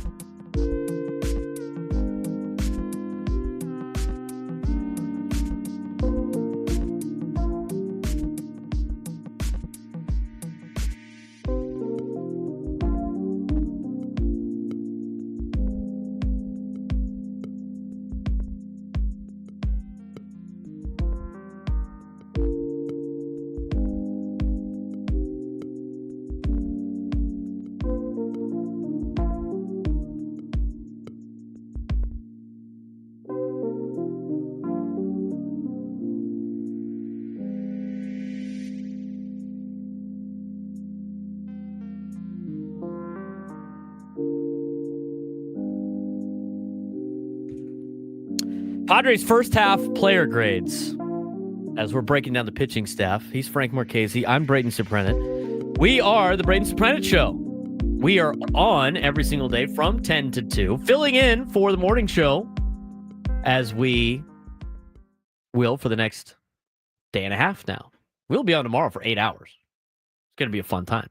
If you like our show and you haven't heard us before, we're on again, like I mentioned, every day from 10 to 2. You can follow us on social media at B_SURP show, BSURP show, or you can follow me individually at B_SURP, SURP, and you can follow Frank at F Marks with a Z 324, FMARKZ 324 on social media. You can follow me on all platforms. I still have the same handle. You can also watch us on our own YouTube page at B_SURP, which I know Prolifically Great jumps in on all the time. He has a great time in that particular deal. We also are live on Twitch, on Facebook, on our YouTube page, as well as 97 Through the Fans YouTube page. Ben Woods will be back next week. We will be on again tomorrow. We got 8 hours of show tomorrow, and then everybody's off on Friday to finish up the rest of this 4th of July holiday week. So we hope all of you guys have a great holiday week, whether you're taking off after the end of today or maybe tomorrow, whatever it may be. Have a safe and fun holiday weekend. Okay. Evaluating the pitching staff, and then we're going to get to traffic, and then we're going to give you some grades for the offense as well. We get to Wandy Peralta. Our guy, Wandy Peralta. Padres fans dislike Wandy Peralta. I'd love to know in the YouTube chat what type of grade you'd give Wandy Peralta for the first half. Go ahead. I just would love to know, and I'd love to know the reasoning why. I'm going to give you some time to do that. I don't have the Jeopardy music here. Hold on. Dun, dun, dun, dun, dun, dun, dun, dun. Got to be in one of these. Oh, man, we're killing a bit now. One of these goobers has to have it. Here we go. We got I hate Wandy. We got C, F-, F+ for Wandy Peralta. Wandy Peralta this season has had one bad outing. One. The entire season. Overall in the year, Wandy Peralta has a 0.4 WAR. He has a 3-1 record, which doesn't mean anything. A 3.68 ERA over 36 2/3 innings. His ERA plus is 112. That means he's 12% better than an average player. 33 strikeouts, 17 walks. Overall, that's actually not half bad. That gets you at least the B-, just overall. In statistics, they have what's called an outlier. It's the one piece of information that doesn't fit the rest. There is only one of those in Wandy Peralta's season. That was against the Yankees, where he was fed to the Wolves in the game in which the Yankees won 12-3. Now, most of that coming off of him in that particular inning. Before the Yankees outing, Wandy Peralta, 13 1/3 innings pitched with a 1.35 ERA, 11 strikeouts, and 5 walks. After, from all the games he pitched in after the Yankees game, just counting those, he has gone 22 2/3 innings pitched with a 2.78 ERA, 22 strikeouts, and 11 walks. If you factor out the one outing that Wandy Peralta was bad, just one. It's not like we're factoring out a month. It's not like we're factoring out a stretch. We're factoring out one outing where he went 2/3 of an inning and allowed 6 earned runs on 4 hits, a home run, 2 walks, an intentional walk, and bumped his ERA way up. If you take out that one outing against the Yankees, this season, Wandy Peralta has thrown 36 innings and has a 2.25 ERA with 33 strikeouts and 16 walks. These are just stats. I don't know how you would expect Wandy Peralta to be anything better than that. Am I a huge Wandy Peralta fan coming out of the bullpen? Not really. Would I like to see Wandy Peralta pitch in the 8th inning with the game on the line? No, not particularly. But if you're evaluating what he has done and you're giving him a letter grade, I don't know how you could give him anything less than a B. If you factor out the Yankees game, you could probably arguably give him an A- for the season that he's had. You can't have this recency bias. Imagine if a teacher, like a lot of you guys aren't kids, right? So a lot of you guys have kids. Imagine if a teacher gave your son or daughter a letter grade and was like, well, some of the previous tests that they took weren't very good. So I'm just gonna give him a C-. I mean, are you kidding me? Come on. I'm not saying how would you rank your trust in this guy from 0 to 10 with the season on the line. All I'm saying is evaluating his first half, which is what we've been doing, he deserves a B+. He really does. 36 innings pitched, a 2.25 ERA, 33 strikeouts, and 16 walks. And people are acting like Wandy Peralta has a 50 ERA. He's not supposed to be on the team to be a high leverage guy. That's what Morejon and Estrada and Adam and Suarez are for. This guy's just supposed to get you some zeros. He did that. He's done that all season. Since the Yankees game, which he gave up 6 runs, he has given up 7 total runs since then. And 2 of them came immediately in his next outing against the Rockies in Colorado. Wandy Peralta against Colorado gave up 4 runs, and then since that point, had only given up 3 earned runs. I'm just saying, it's not bad.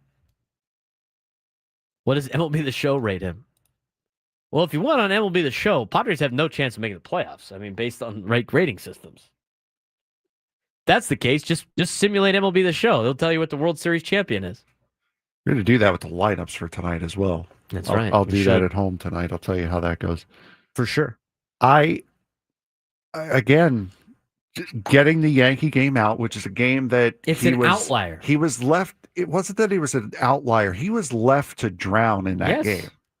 So it's not like they pulled him after he gave up. No, he gave up runs, then was left to drown, and then came out of it. I agree. It's a B-. It's a B-. I mean, what do you want Wandy Peralta to do? What do you want his stat line to be? No, his overall stat line is not even that bad either. He's a middle relief guy. We're in the same. I'm just saying, grade range. I'm not disagreeing with you. You gave him a B- though. Why wouldn't it be a B or a B+? There's obviously some knocks there. What do you want to see him do? How many outings does he have this year? He's got 30 something outings. All right, fine. B then. They've pitched him. Where is it? Where'd he go? 36 innings on the year minus the Yankee game. Yeah, so he's appeared in 36 games. If you make it 35, no, in 35 outings, he had a 2.25 ERA. I'll give him a B then. Fine. That's what I'm saying. People are like, well, the game happened. You got to count for it. Even if I do, he still has a 3.68 ERA as a bullpen arm. You know how hard it is to lower your ERA as a bullpen arm? You have one bad game, and your ERA is screwed for the rest of the year because they don't get to pitch a lot. This guy goes dumb look on his face, makes him look and makes him bad. Great analysis. Somebody must have said that in the chat.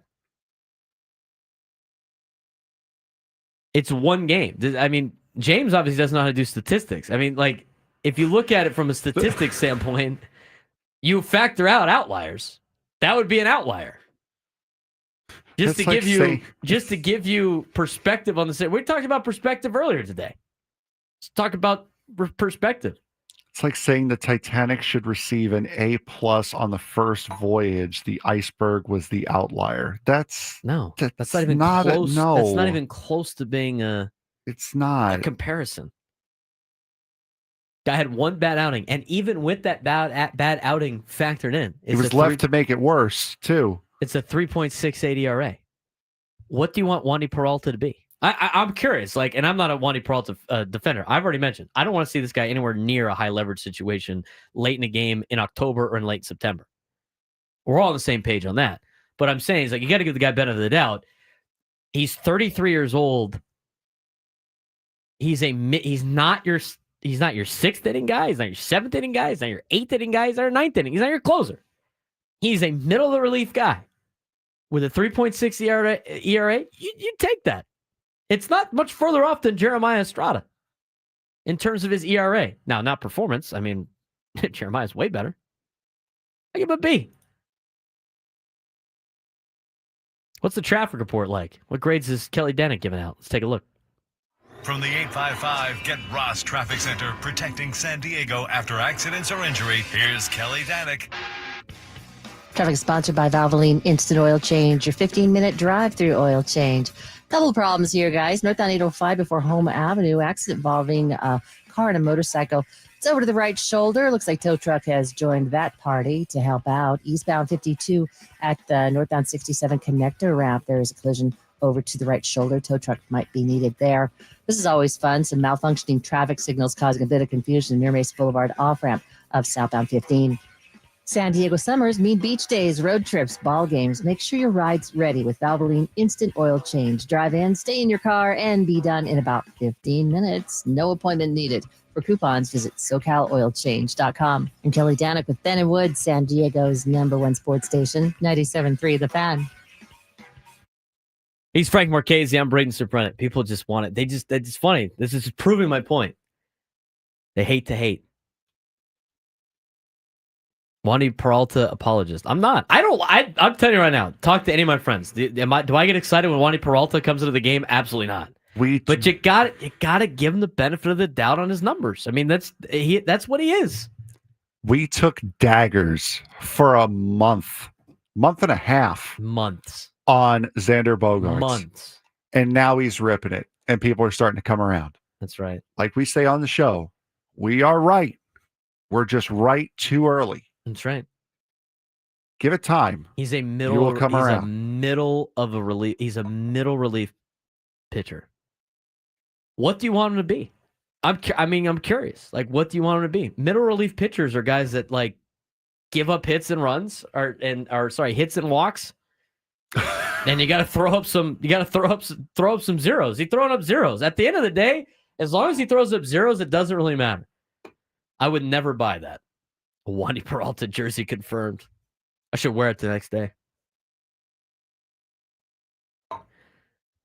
Did I say he got an A? No. I said he got a B. I think for what he is and what he brings to the team, he gets a B. F. What do you want him to do? I'm curious. I want to know, what Padres fans want Wandy Peralta stat-wise to be. You can't ask for perfection.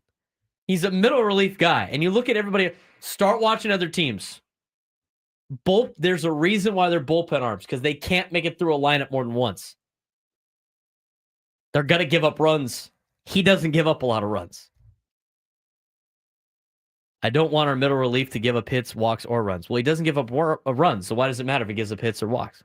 The chat, I will say, chat does make a good point, is that there are some runs that he gives up that are not credited to him. They are credited to the starter or the reliever that he comes in. That's not his problem. Inherited runner. You want to talk about inherited runner situations? Then we can talk about inherited runner situation. That was something the chat brought up. It is a good point. That is something that can't be overlooked, is that there is that angle to it also. He didn't get those guys on base. Maybe he would have struck them out. You never know. Playing devil's advocate here. I'm just saying, people are like F for his first half performance. My question is, what's the stat line you would want him to be at? A 2.25 ERA doesn't suffice. Nick Pivetta, I give a B. I think he's been very solid. I think he's been shaky a couple times, but I'll probably give him a B+. He's probably going to be the number 4 starter. He's automatically turned into the number 2 starter. He's got the best WAR for any starting pitcher, 3.36 ERA, 8-2 record. He's got 91 innings pitched, ERA plus 122. I go A-, actually. That's actually way better than I initially anticipated. I'm going to go an A for the guy who gave the Padres the most stink about signing this guy for how much money. Oh, I know. Oh, He's that's true. Padres fans didn't want this guy. They're upset. No, I didn't want him for $20 million. That was on me. I said, you got him. Getting him for $1 million is great, but next year, what is he going to be? I'm giving him an A. He has surpassed every expectation that I have had for him this season, and I will eat crow when it is due, and it is due here. I don't know why somebody thinks I think Pivetta is the same as Yuki. Can I give Yuki a B? Again, they're not all being evaluated by the same level. If I evaluate everybody based on Randy Johnson, it's a lot of F's being handed out. Yeah. What do we? We're grading on a curve here a little bit. So again, like Yuki is nails in comparison to Wandy. Well, Orthodox Evans. Statbook says way different than that. Way different. I'm just saying. You got to give some of these guys the benefit of the doubt. I mean, it's like sometimes it's just way high on expectations. Sean Reynolds. I think Sean Reynolds has done a fairly good job. He's been solid. Been solid. 3.97 ERA, 0.2 WAR. I mean, overall number-wise, he's been okay. He's not being asked to do too much. I give him a B. Robert Suarez. I give Robert Suarez a C, dude. Robert Suarez is expected to be one of the best closers in Major League Baseball. He's probably going to get paid as such.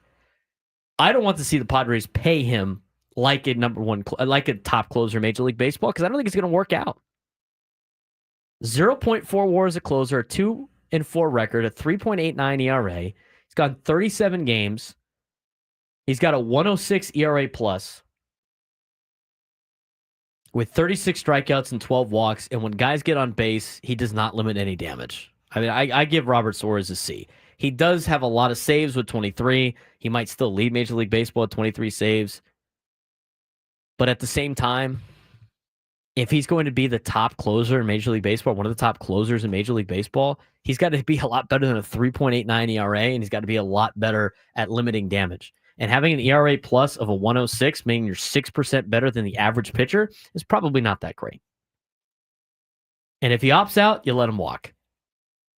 There's a chance that he might opt in. I think that's still slim. I think he'd have to get rocked in the second half for that to happen. But I give Robert Suarez a C. The last guy is Randy Vasquez because we're about to hit the heart out. Randy Vasquez gets an A for his performance and his grittiness this season. 3-4 with a 3.84 ERA when he's expected to be number 5 starter. Got thrown into a different higher in the order because of an injury at the beginning of the season. He's made 17 starts, 107. I give him an A. I think he's done a great job. Position players, we'll get to it when we come back on the Braden Surprenant Show and get to the Padres lineup. San Diego's #1 sports station, 97.5 The Fan.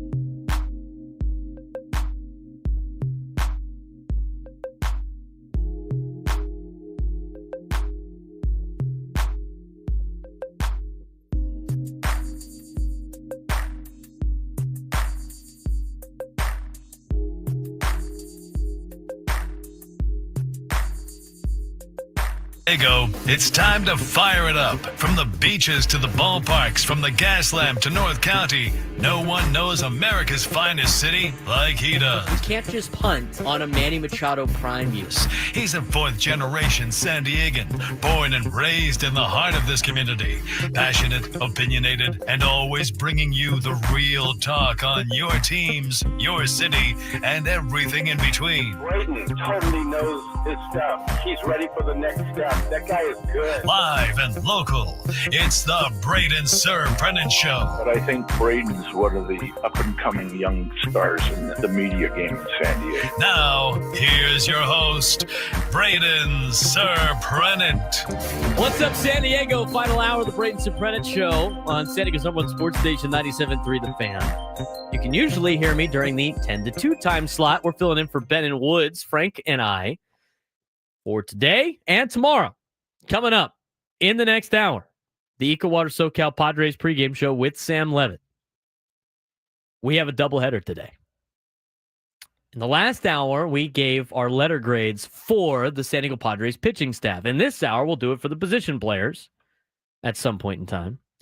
We also want to get to your phone calls. A lot of people passionately disagreeing with me on the Wandy Peralta grade. I think that's fair. But at the same time, I think you got to look at some of the stats, man. Overall, a 3.86 ERA is not bad. He has one outlier outing against the Yankees. And if you take the outlier stat out, he's got a 2.25 ERA on the season. So, I gave him a B. People freaked out. You should get an F. F. Why? Got to give the guy a chance. Do I want him coming out in the bullpen late in the game, high leverage when the game's on the line? Absolutely not. Has he done a good job? Yeah. With NCAA 26 talk yesterday, any chance of a Braden online dynasty league since they added crossplay? That's interesting. That's a good idea. I hadn't thought about that before. I just got charged for the PlayStation, whatever, the online thing, which I hate that you have to do that, whatever. I can't tell you last time I fired up my PS5. I just don't have time to physically play video games. I don't usually play games too much anymore. Like I still do, but I use it mostly for like YouTube. Oh, really? Yeah, that's really it's a YouTube machine now, at least until That's a very expensive YouTube machine when you could buy a Fire Stick for like $25. Until that is for another 6 days when NCAA comes out. True. And then it's back to being a gaming console. True. And I will buy that game. And I will hold out and hopefully not have to buy a PS6 or whatever the new one's going to be when they decide to bring college basketball back. It's a PlayStation, shut up and give me more money. Yeah, 2028 will be like 33 years old. If I'm still playing video games at that point, we got some problems. No, it's not. You can't just be playing them all the time, though. Like I don't. I work too play many them all the time. I work too many jobs to play. My buddies are like, "Oh, let's jump on PS5." I'm like, where do you find the time? I mean, once this game comes out, maybe my productivity goes down a little bit. I think I have 2 weeks where we don't have football before we start football. That will be the 2 weeks where I'm going to lock into a dynasty for TCU. Maybe that's what it is. I was going to say, you're going to see the quality of this show go way down when NCAA 26 comes out. Just making an NCAA 26 show. All right, Frank, how'd we do? Oh, well, you know. A post-game show with Frank Marchese after he loses to... Shut up, man. Louisiana Tech in a bye game. That'd actually be kind of fun. Let's try to narrow it down and pick the team for you to use on a dynasty. I know with a couple friends we got a rebuild going. We got a rebuild one that we're going to do. Like we just pick garbage teams and try to build them into dynasties. I think there's a bit here. I think there's a show bit on this. Oh, absolutely. Heck, extra content. You know what? Outside of show content. A Braden Surprenant show league, Dynasty League, would be kind of fun. That kind of would be record some of the fantastic. highlights, do a sports update on Absolutely. That would be fantastic. Jake Waters beat Go Aztecs last night. 28-14. We have enough of the people in the chat that would probably participate. Absolutely. I think there's a couple people here at the station that might too. That'd be kind of fun. Well, let's see what we can come up with. 833-288-0973, 833-288-0973. Speaking of things to come up with, we asked Davis yesterday, clean up the trade that proposal he got, work on it a little bit, get back to us. Davis is called in. Davis, you got an update? Do you have an update on your trade proposal, Davis? Davis, are you there? Hello. All right. Well, guess not. We'll see. So, if he calls back, Frank, we'll see what he's got. Oh, come on. I don't hate PS5. I just don't have time to play it sometimes. No, What's a video goober, game? There was a joke in there I know. that you whiffed on. I know. I didn't think it was funny. Plus, Johnny said it, so it's not funny. He'll try to kick me in the shins later. All right, Davis is back. Davis, we got an update on your trade. Can you hear me now? I got you, dude. What do we got? All right. So do you want to? The teams are the same. All right, so we're sticking with the Brewers. We're sticking with the Red Sox. We're sticking with the Padres. Yep. All right, who are the Brewers getting? Brewers are getting Cash Mayfield, Okay. Nelly Taylor, who's a prospect from Boston, All right. and that's it. Okay, who are the Red Sox getting? Ethan Salas, All right. Diaz, Sal Frelick and Sean Reynolds. Okay. And who are the Padres getting? Jaron Duran, Carlos Navarez, who's actually a pretty good catcher, and Freddie Peralta. Padres are definitely making out on this trade a little bit better this time, I would say. We're making progress, Frank. What do you think? That's not bad. No, definitely not bad. Brewers might have a couple of problems with that, but you know what? But it's the Brewers, so who cares? Brewers, so who cares about the Brewers, right? I don't think the Red Sox are probably trading Navarez, but you get two good prospects of the Brewers. Red Sox get Ethan Salas. Padres get a catcher. Padres get Peralta. Freddie Peralta, starting pitcher, and Padres get an outfielder. It's going to cost the Padres a lot more money, but we're getting somewhere with David. That was a lot better, Frank. Who says no to that deal? Milwaukee, probably? Yeah, probably Milwaukee. Probably Milwaukee. Boston might a little bit. We're getting closer, Davis. We're getting closer. That was way better than last time. And you know what, Davis? People in the chat are not yelling at you this time. So I think it's slightly better. I do like that, though. But unfortunately, as pointed out by Jake Waters in the chat, and it is true, Jaron Duran's numbers outside of Fenway are not very good. So maybe the Padres should not trade for Jaron Duran. But I like that. Good news is the Padres do go to Boston soon. And by soon, I mean next season for a weekend. Fun. And Davis, you're still listening? Chat's liking the trades. All right, so tomorrow, Davis, if you want to call in again, let's work on a different trade. Let's work on one that doesn't involve Jaron Duran. Try to improve. Maybe we got to add a little bit on the margins. Let's talk about a margin trade. But that was great. That was awesome. We appreciate it, Davis. 833-288-0973, 833-288-0973. Let's talk about the Padres lineup tonight. This morning. Excuse me. 2 games today. Game 1 with Nick Pivetta on the hill. Leading off, Fernando Tatis Jr. and playing right field. Batting second and in center field is Jackson Merrill. Batting third and at third base is Manny Machado. Batting fourth and at first base, Luis Arraez. Batting fifth and in left field, Gavin Sheets. Batting sixth and at shortstop is Xander Bogaerts. Batting seventh and at second base is Jake Cronenworth. Batting eighth and the designated hitter today is Trenton Brooks. And catching Nick Pivetta and batting ninth is Elias Diaz. This is the lineup that our show has come up with for the last couple of months. I'm glad they went back to this lineup. They went to it for a couple of days, and then they immediately switched and had Arraez lead off and all over the place. Maybe that was just to get Arraez going, because now Arraez is starting to put together some good games.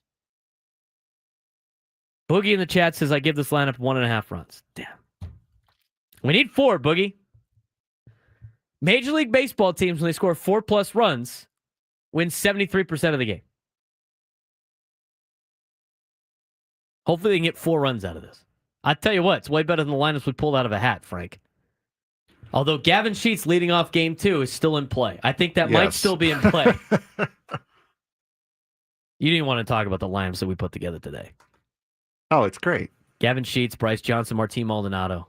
What do you think that first inning would be like? Fly out, ground out, strikeout. Not a 3-run bomb by Martin Maldonado? It's not much different from what we usually get right now anyway. Got to build up on it. I like the lineup today. I like going back to maybe that was to get Arraez going in the number 4 spot, and it flipped things around again. I like Fernando batting leadoff. I love Merrill batting right behind him. I think your 3 best hitters on this team are Tatis, Merrill, and Machado in some order. They need to bat in the top 3. And then Arraez is next. And then your next best hitter probably at this time is Sheets. And I would say the way Xander Bogaerts is playing is your next best hitter after that. And then it's Cronenworth. Those are the top 6 guys. And as we've done multiple times with our exercise of drawing names out of a hat, eventually you're going to run into a little bit of a black hole because you don't have enough. You have 6.5 players. Tatis, Merrill, Machado, Arraez, Sheets, Bogaerts. Sheets in left, by the way. I know. Not DHing. Correct. Trenton Brooks is DHing. Those are your 6. Cronenworth is like your half because he's way up and down. And then you have Brooks and Diaz at the bottom. I mean, that's just kind of what you're working with. Plus the fact that you're pinch hitting for a catcher in the 5th inning, which I agree with Mike Schultz's decision. I agree with Mike Schultz's decision at that particular point. But that tells you everything you know about the catching position. You're basically batting your pitcher. Would Nick Pivetta do better than Maldonado in the box? You don't have to use a DH, technically. Can we DH the catcher? No, you can't. But I'm going to tell you right now, I would honestly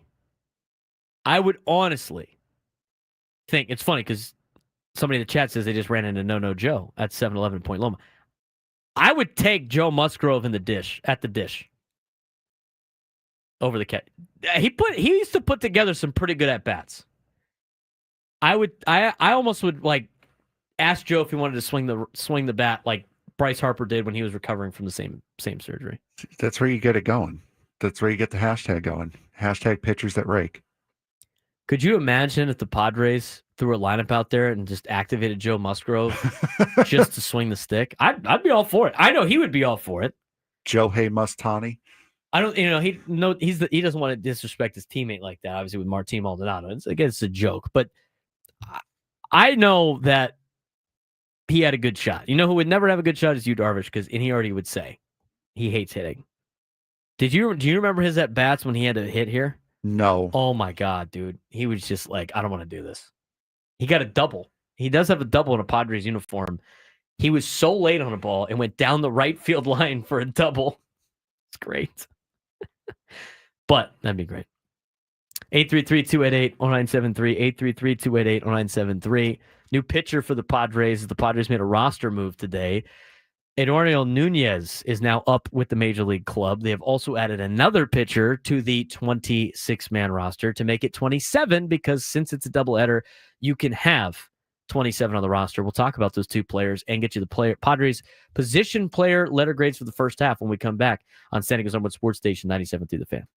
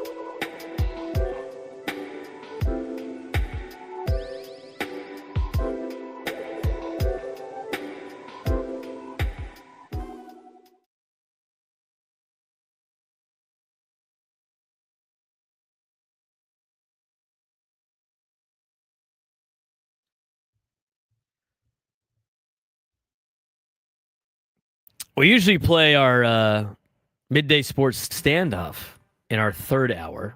It is not really midday nor mid-morning.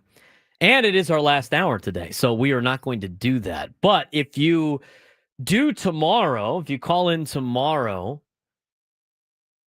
and take me down in sports trivia, you will be qualified for a chance to win our grand prize. A 2-night stay at Park MGM Las Vegas, 2 tickets to Motley Crue on September 19th, and a $100 gas card. Catch Motley Crue Las Vegas residency at Dolby Live at Park MGM September 12th through October 3rd. Tickets at Ticketmaster.com.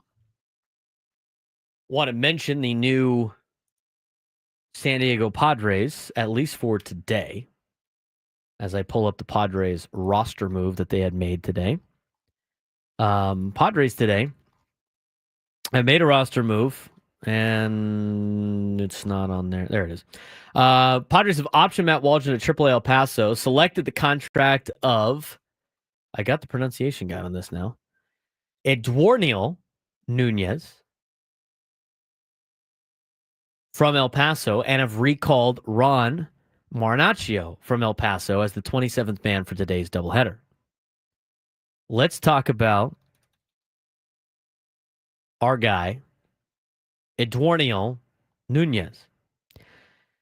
Nunez is 26 years old out of the Dominican Republic. This season, he has pitched for both AA San Antonio and AAA El Paso. For AA San Antonio, he's 2-1 with a 3.57 ERA. He's gone 22 2/3 innings. He has only allowed 1 home run, 11 walks, 38 strikeouts. He has pitched in 18 games in AA. In El Paso, in which he was just recalled from, or selected the contract of, this is his first time in the bigs. In El Paso, he's 1-0. Has not allowed a run in 7 1/3 innings pitched, with 3 walks and 11 strikeouts. Been off to a really good start here in 2025. Overall, in the minor leagues in 2025, 3-1 with a 2.70 ERA. Should be for providing some bullpen help for the Padres in these 2 games. As for Ron Marinaccio, he's 30 years old, out of Toms River, New Jersey. He's a right-handed thrower, 6'2", 205 pounds. In his career in the big leagues, has a 1.8 ERA, 6-5 with a 3.22 ERA, 1.8 WAR. Sorry, 6-5 record, a 3.22 ERA. He has thrown in 101 big league games. He does have 2 big league saves. He spent most of his career, or should I say all of his career, at the big league level with the New York Yankees. Last outing was last year for the Yankees in 2024. This season in AAA El Paso for Marinaccio, we saw a little bit of him in spring training, but this season in AAA El Paso, where he spent the entire year, he's 5-0 with a 4.70 ERA. He's appeared in 27 games. Again, factoring in the deal that it is, which a hitters-friendly league. He's gone 30 2/3 innings, allowing 16 earned runs, 31 strikeouts, and 13 walks. Marinaccio is the 27th man today, so he's getting called up because they're playing a doubleheader. He's the 27th man. He'll probably get sent down back before the weekend. As for Nunez, got some pretty good stuff. He will be part of the team until they decide to make another roster move. And so I would imagine they're probably going to use both these arms today for Major League for the in the doubleheader. I don't know what the chat is talking about now, but don't want to value that. Sam did not bring pancakes, by the way. He brought a breakfast burrito, which is funny because the chat was talking about breakfast burritos about 5 minutes ago. Not living up to the Padres and pancakes bit. You can't say Padres and pancakes while you're eating a breakfast burrito. Nope. In my opinion. Somebody else said fryers and flapjacks. I think that's good too. Yeah, but that's... But you got to go with the bit. Have a cup of coffee with the Padres? Easy to execute. Easy to execute. Are you going to get breakfast after this? I probably am, yes. What are you thinking? Honestly, taking a McDonald's breakfast sandwich. Is that your favorite? Like, what's the best breakfast sandwich? Homemade, especially out here. Well, did you get it depends. It depends on where you how go. many bagels do you get? Like, did you always get a bagel in New York? Oh, yeah. Bagel, buttered bagels, buttered rolls, all the time. You put butter on the bagel, not Yeah. cream cheese? Well, every now and again. Got to respect the schmear. You ever do a bacon, egg, and cheese? All the time. It was for me. It was sausage, egg, and cheese. Sausage, egg, and cheese. Sausage, egg, and cheese, salt, pepper, ketchup, on a roll. The ketchup. That is such an East Coast thing. Yeah. Ketchup on eggs. Yeah. Such an East Coast thing. But it's damn good. I'm not a huge. I mean, don't get me wrong. I don't mind ketchup, but like in terms of toppings on things, it's not the first thing I grab for stuff. Well, it's not like you're putting half the can. I'm not disagreeing with the it. ketchup on the eggs. I'm just, it's just an East Coast thing. I'd rather put like Tapatio or Cholula or something like that, and which you see more. Such a out here. SoCal thing, Hey, we live on the edge. Such a spice, SoCal little thing. Spice. Can you handle any of that spice? Me? No. It's not even that hot. I mean, there's probably a lot of people laughing at us in the chat right now about the Yeah, level like- of spice of Tapatio. Like Tony Fantano right now. Ketchup on the eggs. That people on the East Coast love that. Very much On East an egg Coast. sandwich too. It hits in all the right spots. All right. You got access to every ingredient possible to make a homemade breakfast sandwich. Yeah. What is your base in terms of like, are you going New York English muffin? New Are you York going roll. a bagel? Are you doing a roll? And then just build it for us. It's a New York roll. What's a New York roll look like? Just a roll? Yeah, it's just a roll made in New York because you guys cannot get rolls right out here to save your It's lives. the water, dude. It's the water. Yeah, I know it is. And you guys can't figure it out and you refuse to try. So I refuse to. It's the pipes. It's water. Whatever. Moving on. You guys can't make a burrito to save your life. If Well, you're again, happy we now, don't claim to be able to make burritos. We don't claim to be able to make breakfast sandwiches. No, Continue. And you don't. I don't know where this is going. Just build the sandwich. 2 scrambled eggs. Okay. Would you Cheese. make it in do you fold it so it Yeah. fits on a sandwich? Yeah, absolutely. All right. Cheese. What type of American cheese? cheese. American American cheese. Okay. Sausage. Like a sausage patty. Yes. All right. Bacon. 2 bacon strips. Oh, all right. Salt, pepper, ketchup. Done. Roll on top. Yep. Sounds Doesn't- pretty good. Doesn't need to be too. I mean, if you want to put like a slice of ham on there, like one of those like thick the ham steaks, Mm-hmm. go with that too. But it doesn't need to be that complicated. Sometimes simple is the best. Tony says, "Can you get this at McDonald's?" Not with love, care, and attention. See, here's the deal. I haven't had one of these yet, and I need to. My sister's roommate from college and roommate now in Nashville, her dad owns one of the best bagel shops in New Jersey, allegedly. It's in Point Pleasant, and they've been kicking ass for years, I guess. I honestly, I got to send Joe in New Jersey there, and I got to get the full report. But apparently, it's awesome. And so they've been they'll send bagels to us sometimes. Oh, that and Rook coffee. Yeah. Oh, the Rook. Mhm. Oh my God, that stuff is great. Zach always with the bodega cat, by the way. Nice. Always with the bodega cat. I got it. So we got to try it. We got to try the place in Point Pleasant. They're literally down the street from Jersey Mike's headquarters. These are so many things that we have to. Add to so the many list. places we have to Add go. to the list. So many places to go. So many people to see. So little next time. week we'll go to Long Island Mike's, right down the street I got to try that. after a show.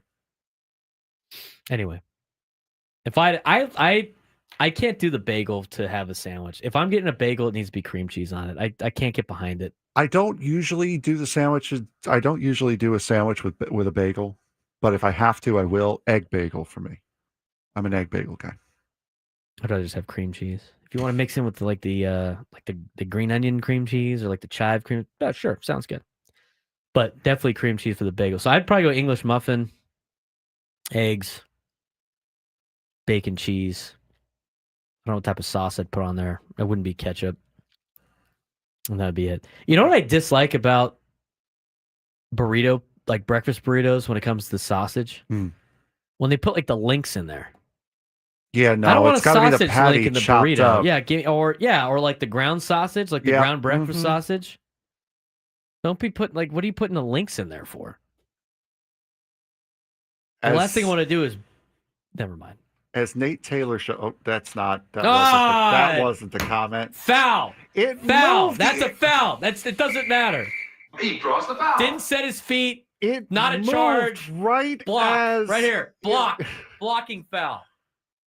Foul. It literally moved right. You could plead your as case I to was the ref. about to do Your it. feet weren't set. It's not a charge. It's a block. That was the comment. SD Fat Loss is certainly not sponsoring this segment. If you couldn't already tell, Why do you think SD Fat Loss isn't a sponsor of our show? We talk about a lot of food. By the way, just to play off the bit because we got to go to break. Have you been to Craft Taco yet? no, I have not You been to have Craft. plenty of time today to do it.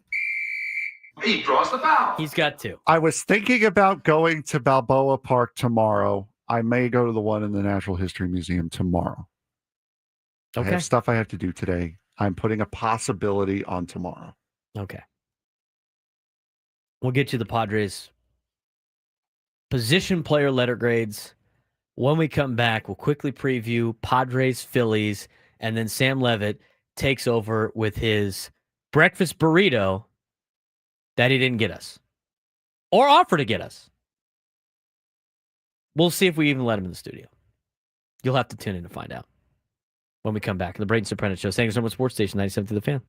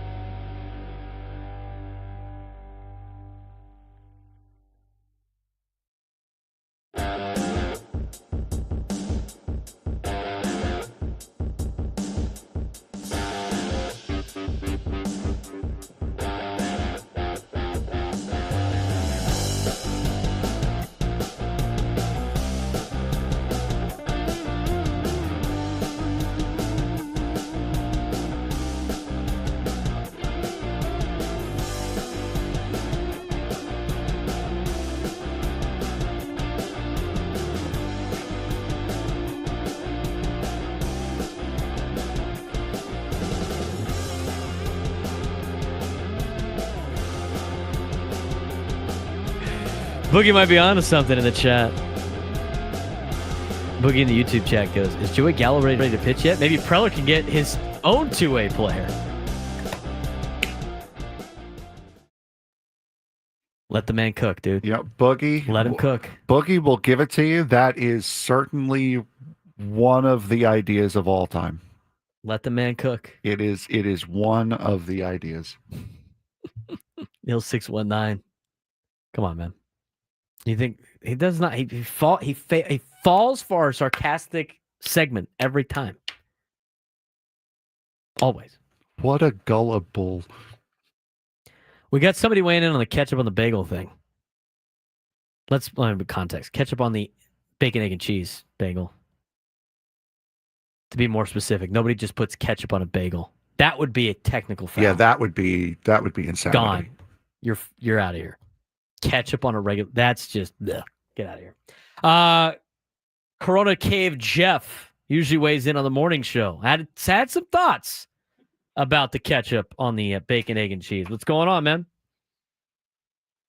Hey, fellas. Good to hear you guys. I catch you sometimes midday, but I'm mostly a morning guy, so it's a real nice treat to catch you guys in the morning. So thanks a lot. Absolutely. Thanks for tuning in.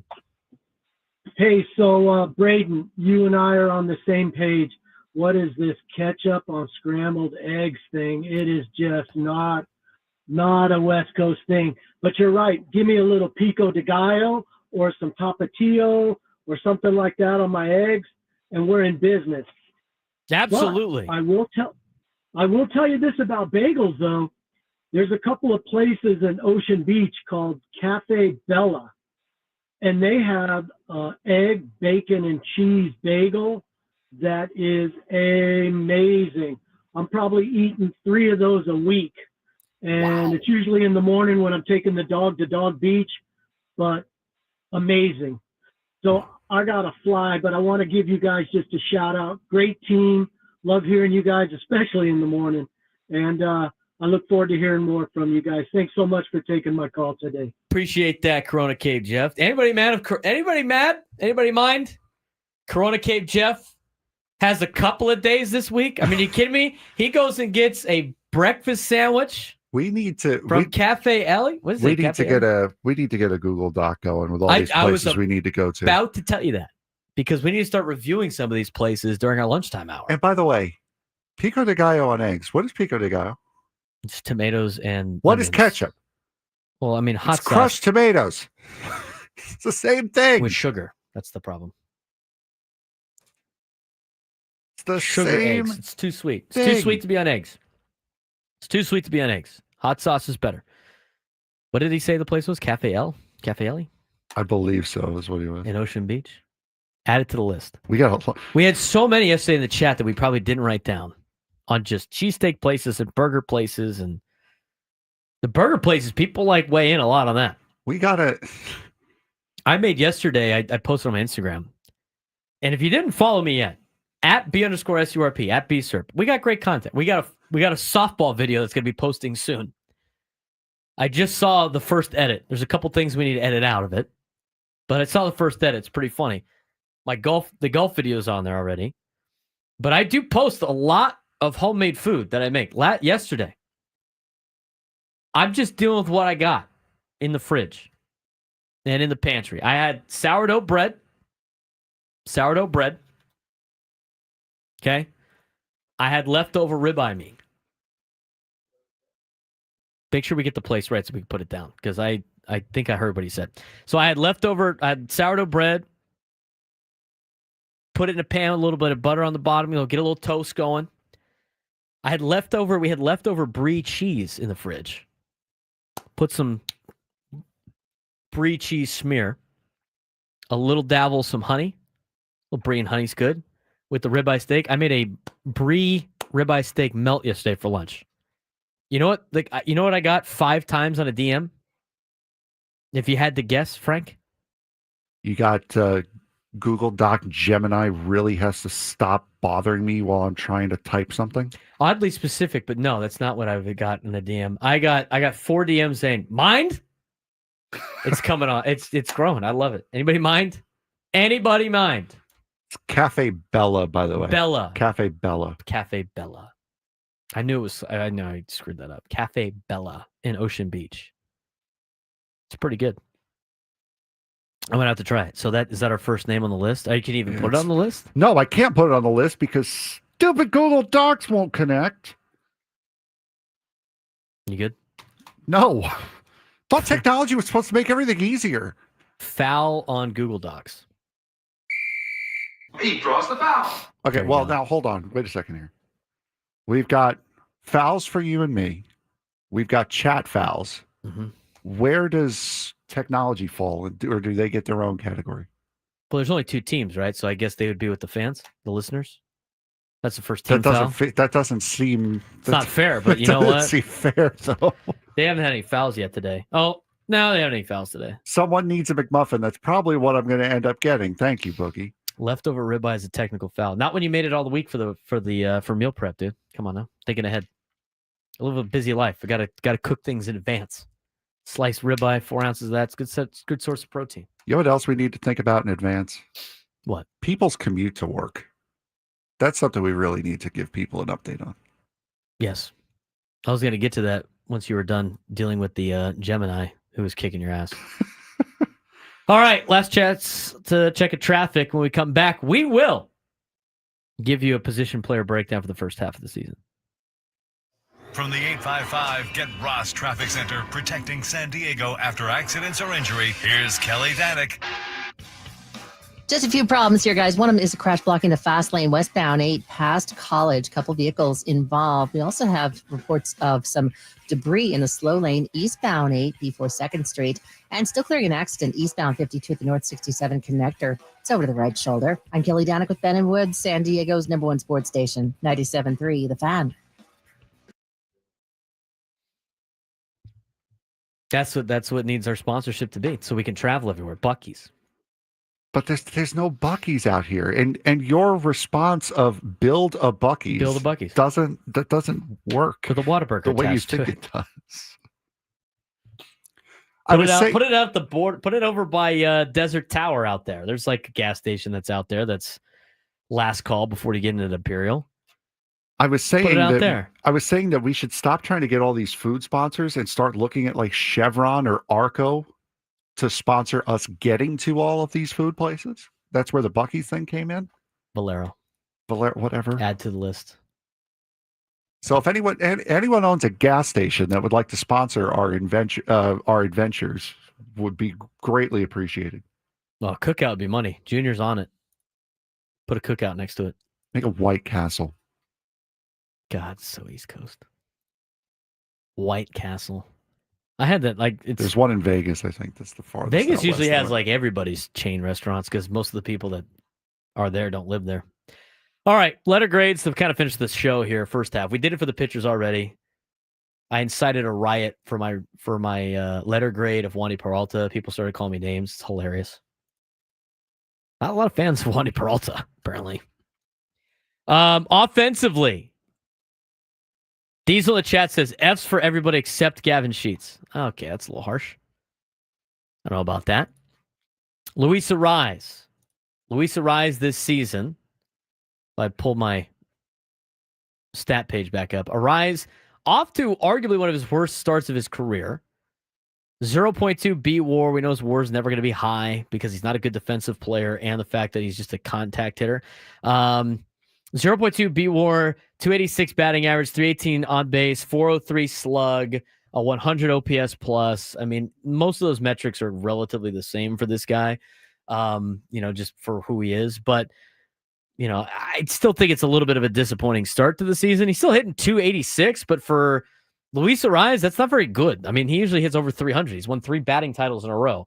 I give him a B-. Any qualms about that?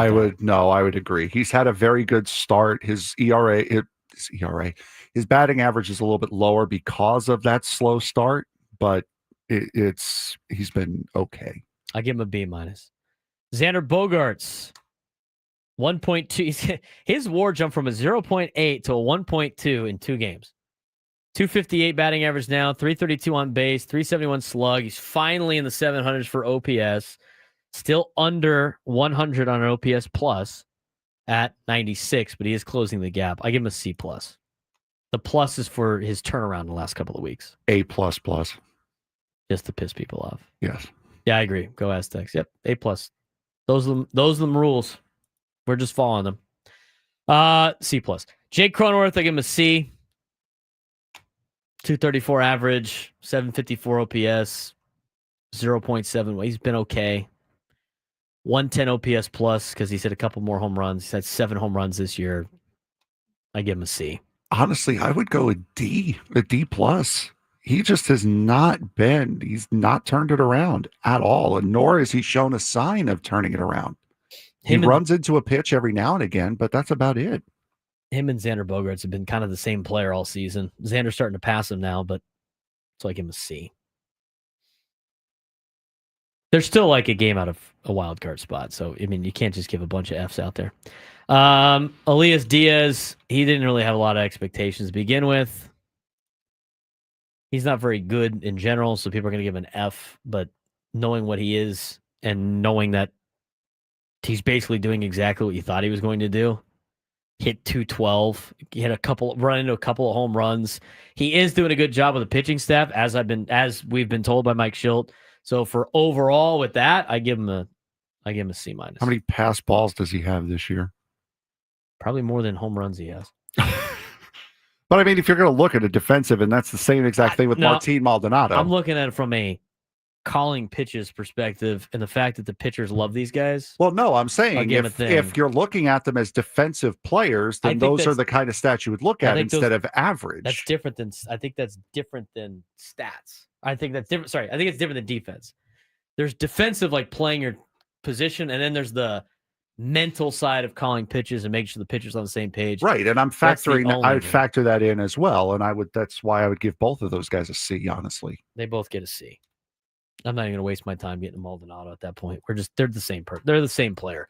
And here's the other thing. Expectations were low. What's that mean? What's that from the movie quote? Expectations were low, man. Or that sign outside of that one Chelsea match. Yeah. Our expectations for you were low, but holy bleep. Yep. Yeah, that's kind of where you're at with those guys. Kind of the same player. Both get a C. Again, the expectations at the beginning of the season in that Kevin Acee article about Martin Maldonado was they can stomach him hit 200 and he's still like below that. So not high expectations, not getting a good grade. Jose Iglesias, to give him a C. He's been okay. I think defensively he's not bad, but overall like a negative 0.5 WAR, a 226 average. I mean, if you thought he was going to be what he was in New York on a hot season, then you're giving him like a D, but I was not expecting those type of results. I was expecting just kind of a formidable piece. He's not better than what Solano was last year or Peralta. I give him a C. Yeah, same. He has not been the offensive force that he was last year with the Mets. I give Manny an A-. I think you have to give him an A. I'd give him an A, but he's got a little bit. He hasn't been like. But the start, we talk about it all the time, is that once the temperature starts to rise, that's when Manny heats up. But he's had it all year so far. He just dipped his average below 300 over the last week. He also didn't have it when they were like 3 of the guys were out beginning of the season. Remember? I'm giving Manny an A. I go A-. He's supposed to be the carry the team guy. It's not far off from being an A, but I'd give it an A-. He's cooled out. He goes up and down a little bit. I'm not worried about him though. Jackson Merrill, I'll give a B+. It's kind of like the same thing with Michael King. Like He hasn't played a lot, right? Like he hasn't played a ton because he's been injured. He's been injured once, and then he had a fluke injury the second time. I forgot. Are you rushing to get out in time? Not really. I was going to say, because I forgot. I was expecting us to be out at 53. We're out at 57. Yeah. Oh, yeah. We got more time then. Merrill, I'll give a B+ too. Yeah, I would agree with that. 1.2 WAR. He's done serviceably well. He hasn't been as good as of late. It's dropped his average down to a 289, but 118 OPS plus.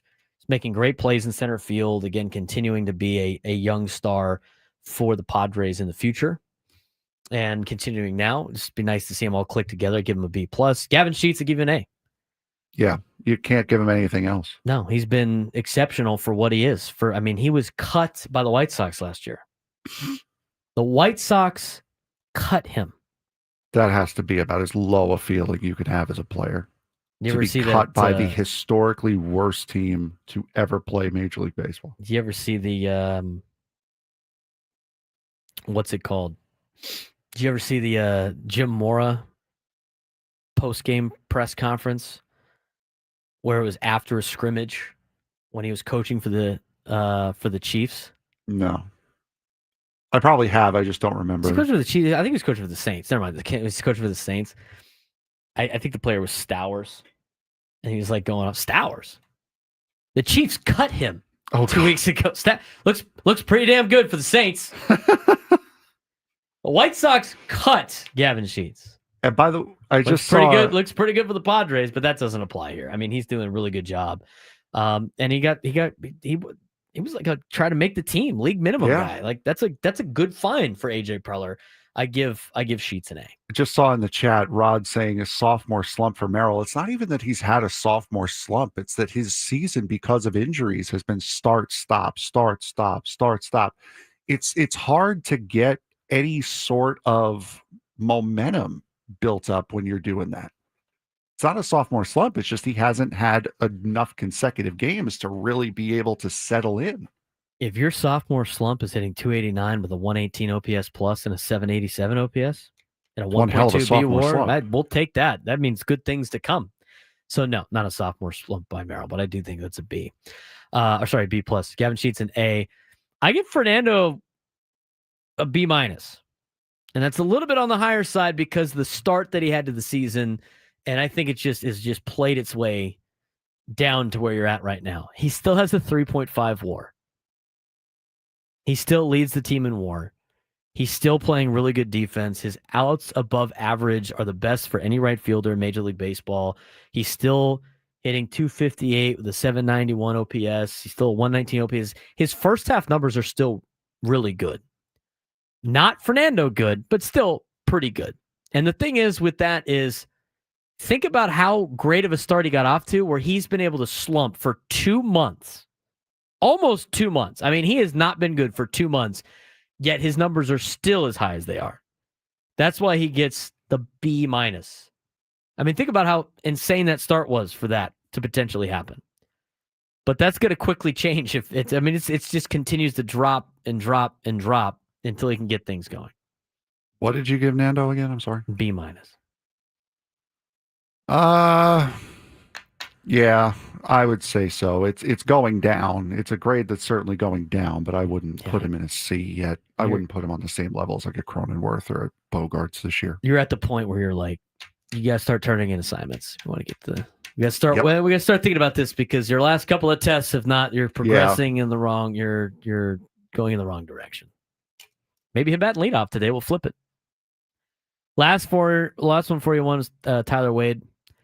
Tyler Wade, like number-wise, hasn't been exceptional. I think this might be recency bias, too, because people saw his error that he made and it cost the game in Cincinnati, and so everybody's out on Wade. I think he's been, for what he is, at age 30, for not making the team out of the gate and then getting pulled back, I think he's done a serviceable job.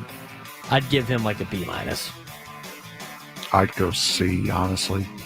It's just he's been an average player. C's an average grade. He's been an average addition. He's played a lot of different positions. All he needs to do is catch, and he'll almost play every spot. He's Frank Marchese. I'm Braden Surprenant signing off. Braden Surprenant Show will be back tomorrow morning for the final time. Coming up next, Sam Levitt, Equal Water SoCal Padres pregame show. Getting ready for Padres baseball. 9-7 to the Fan.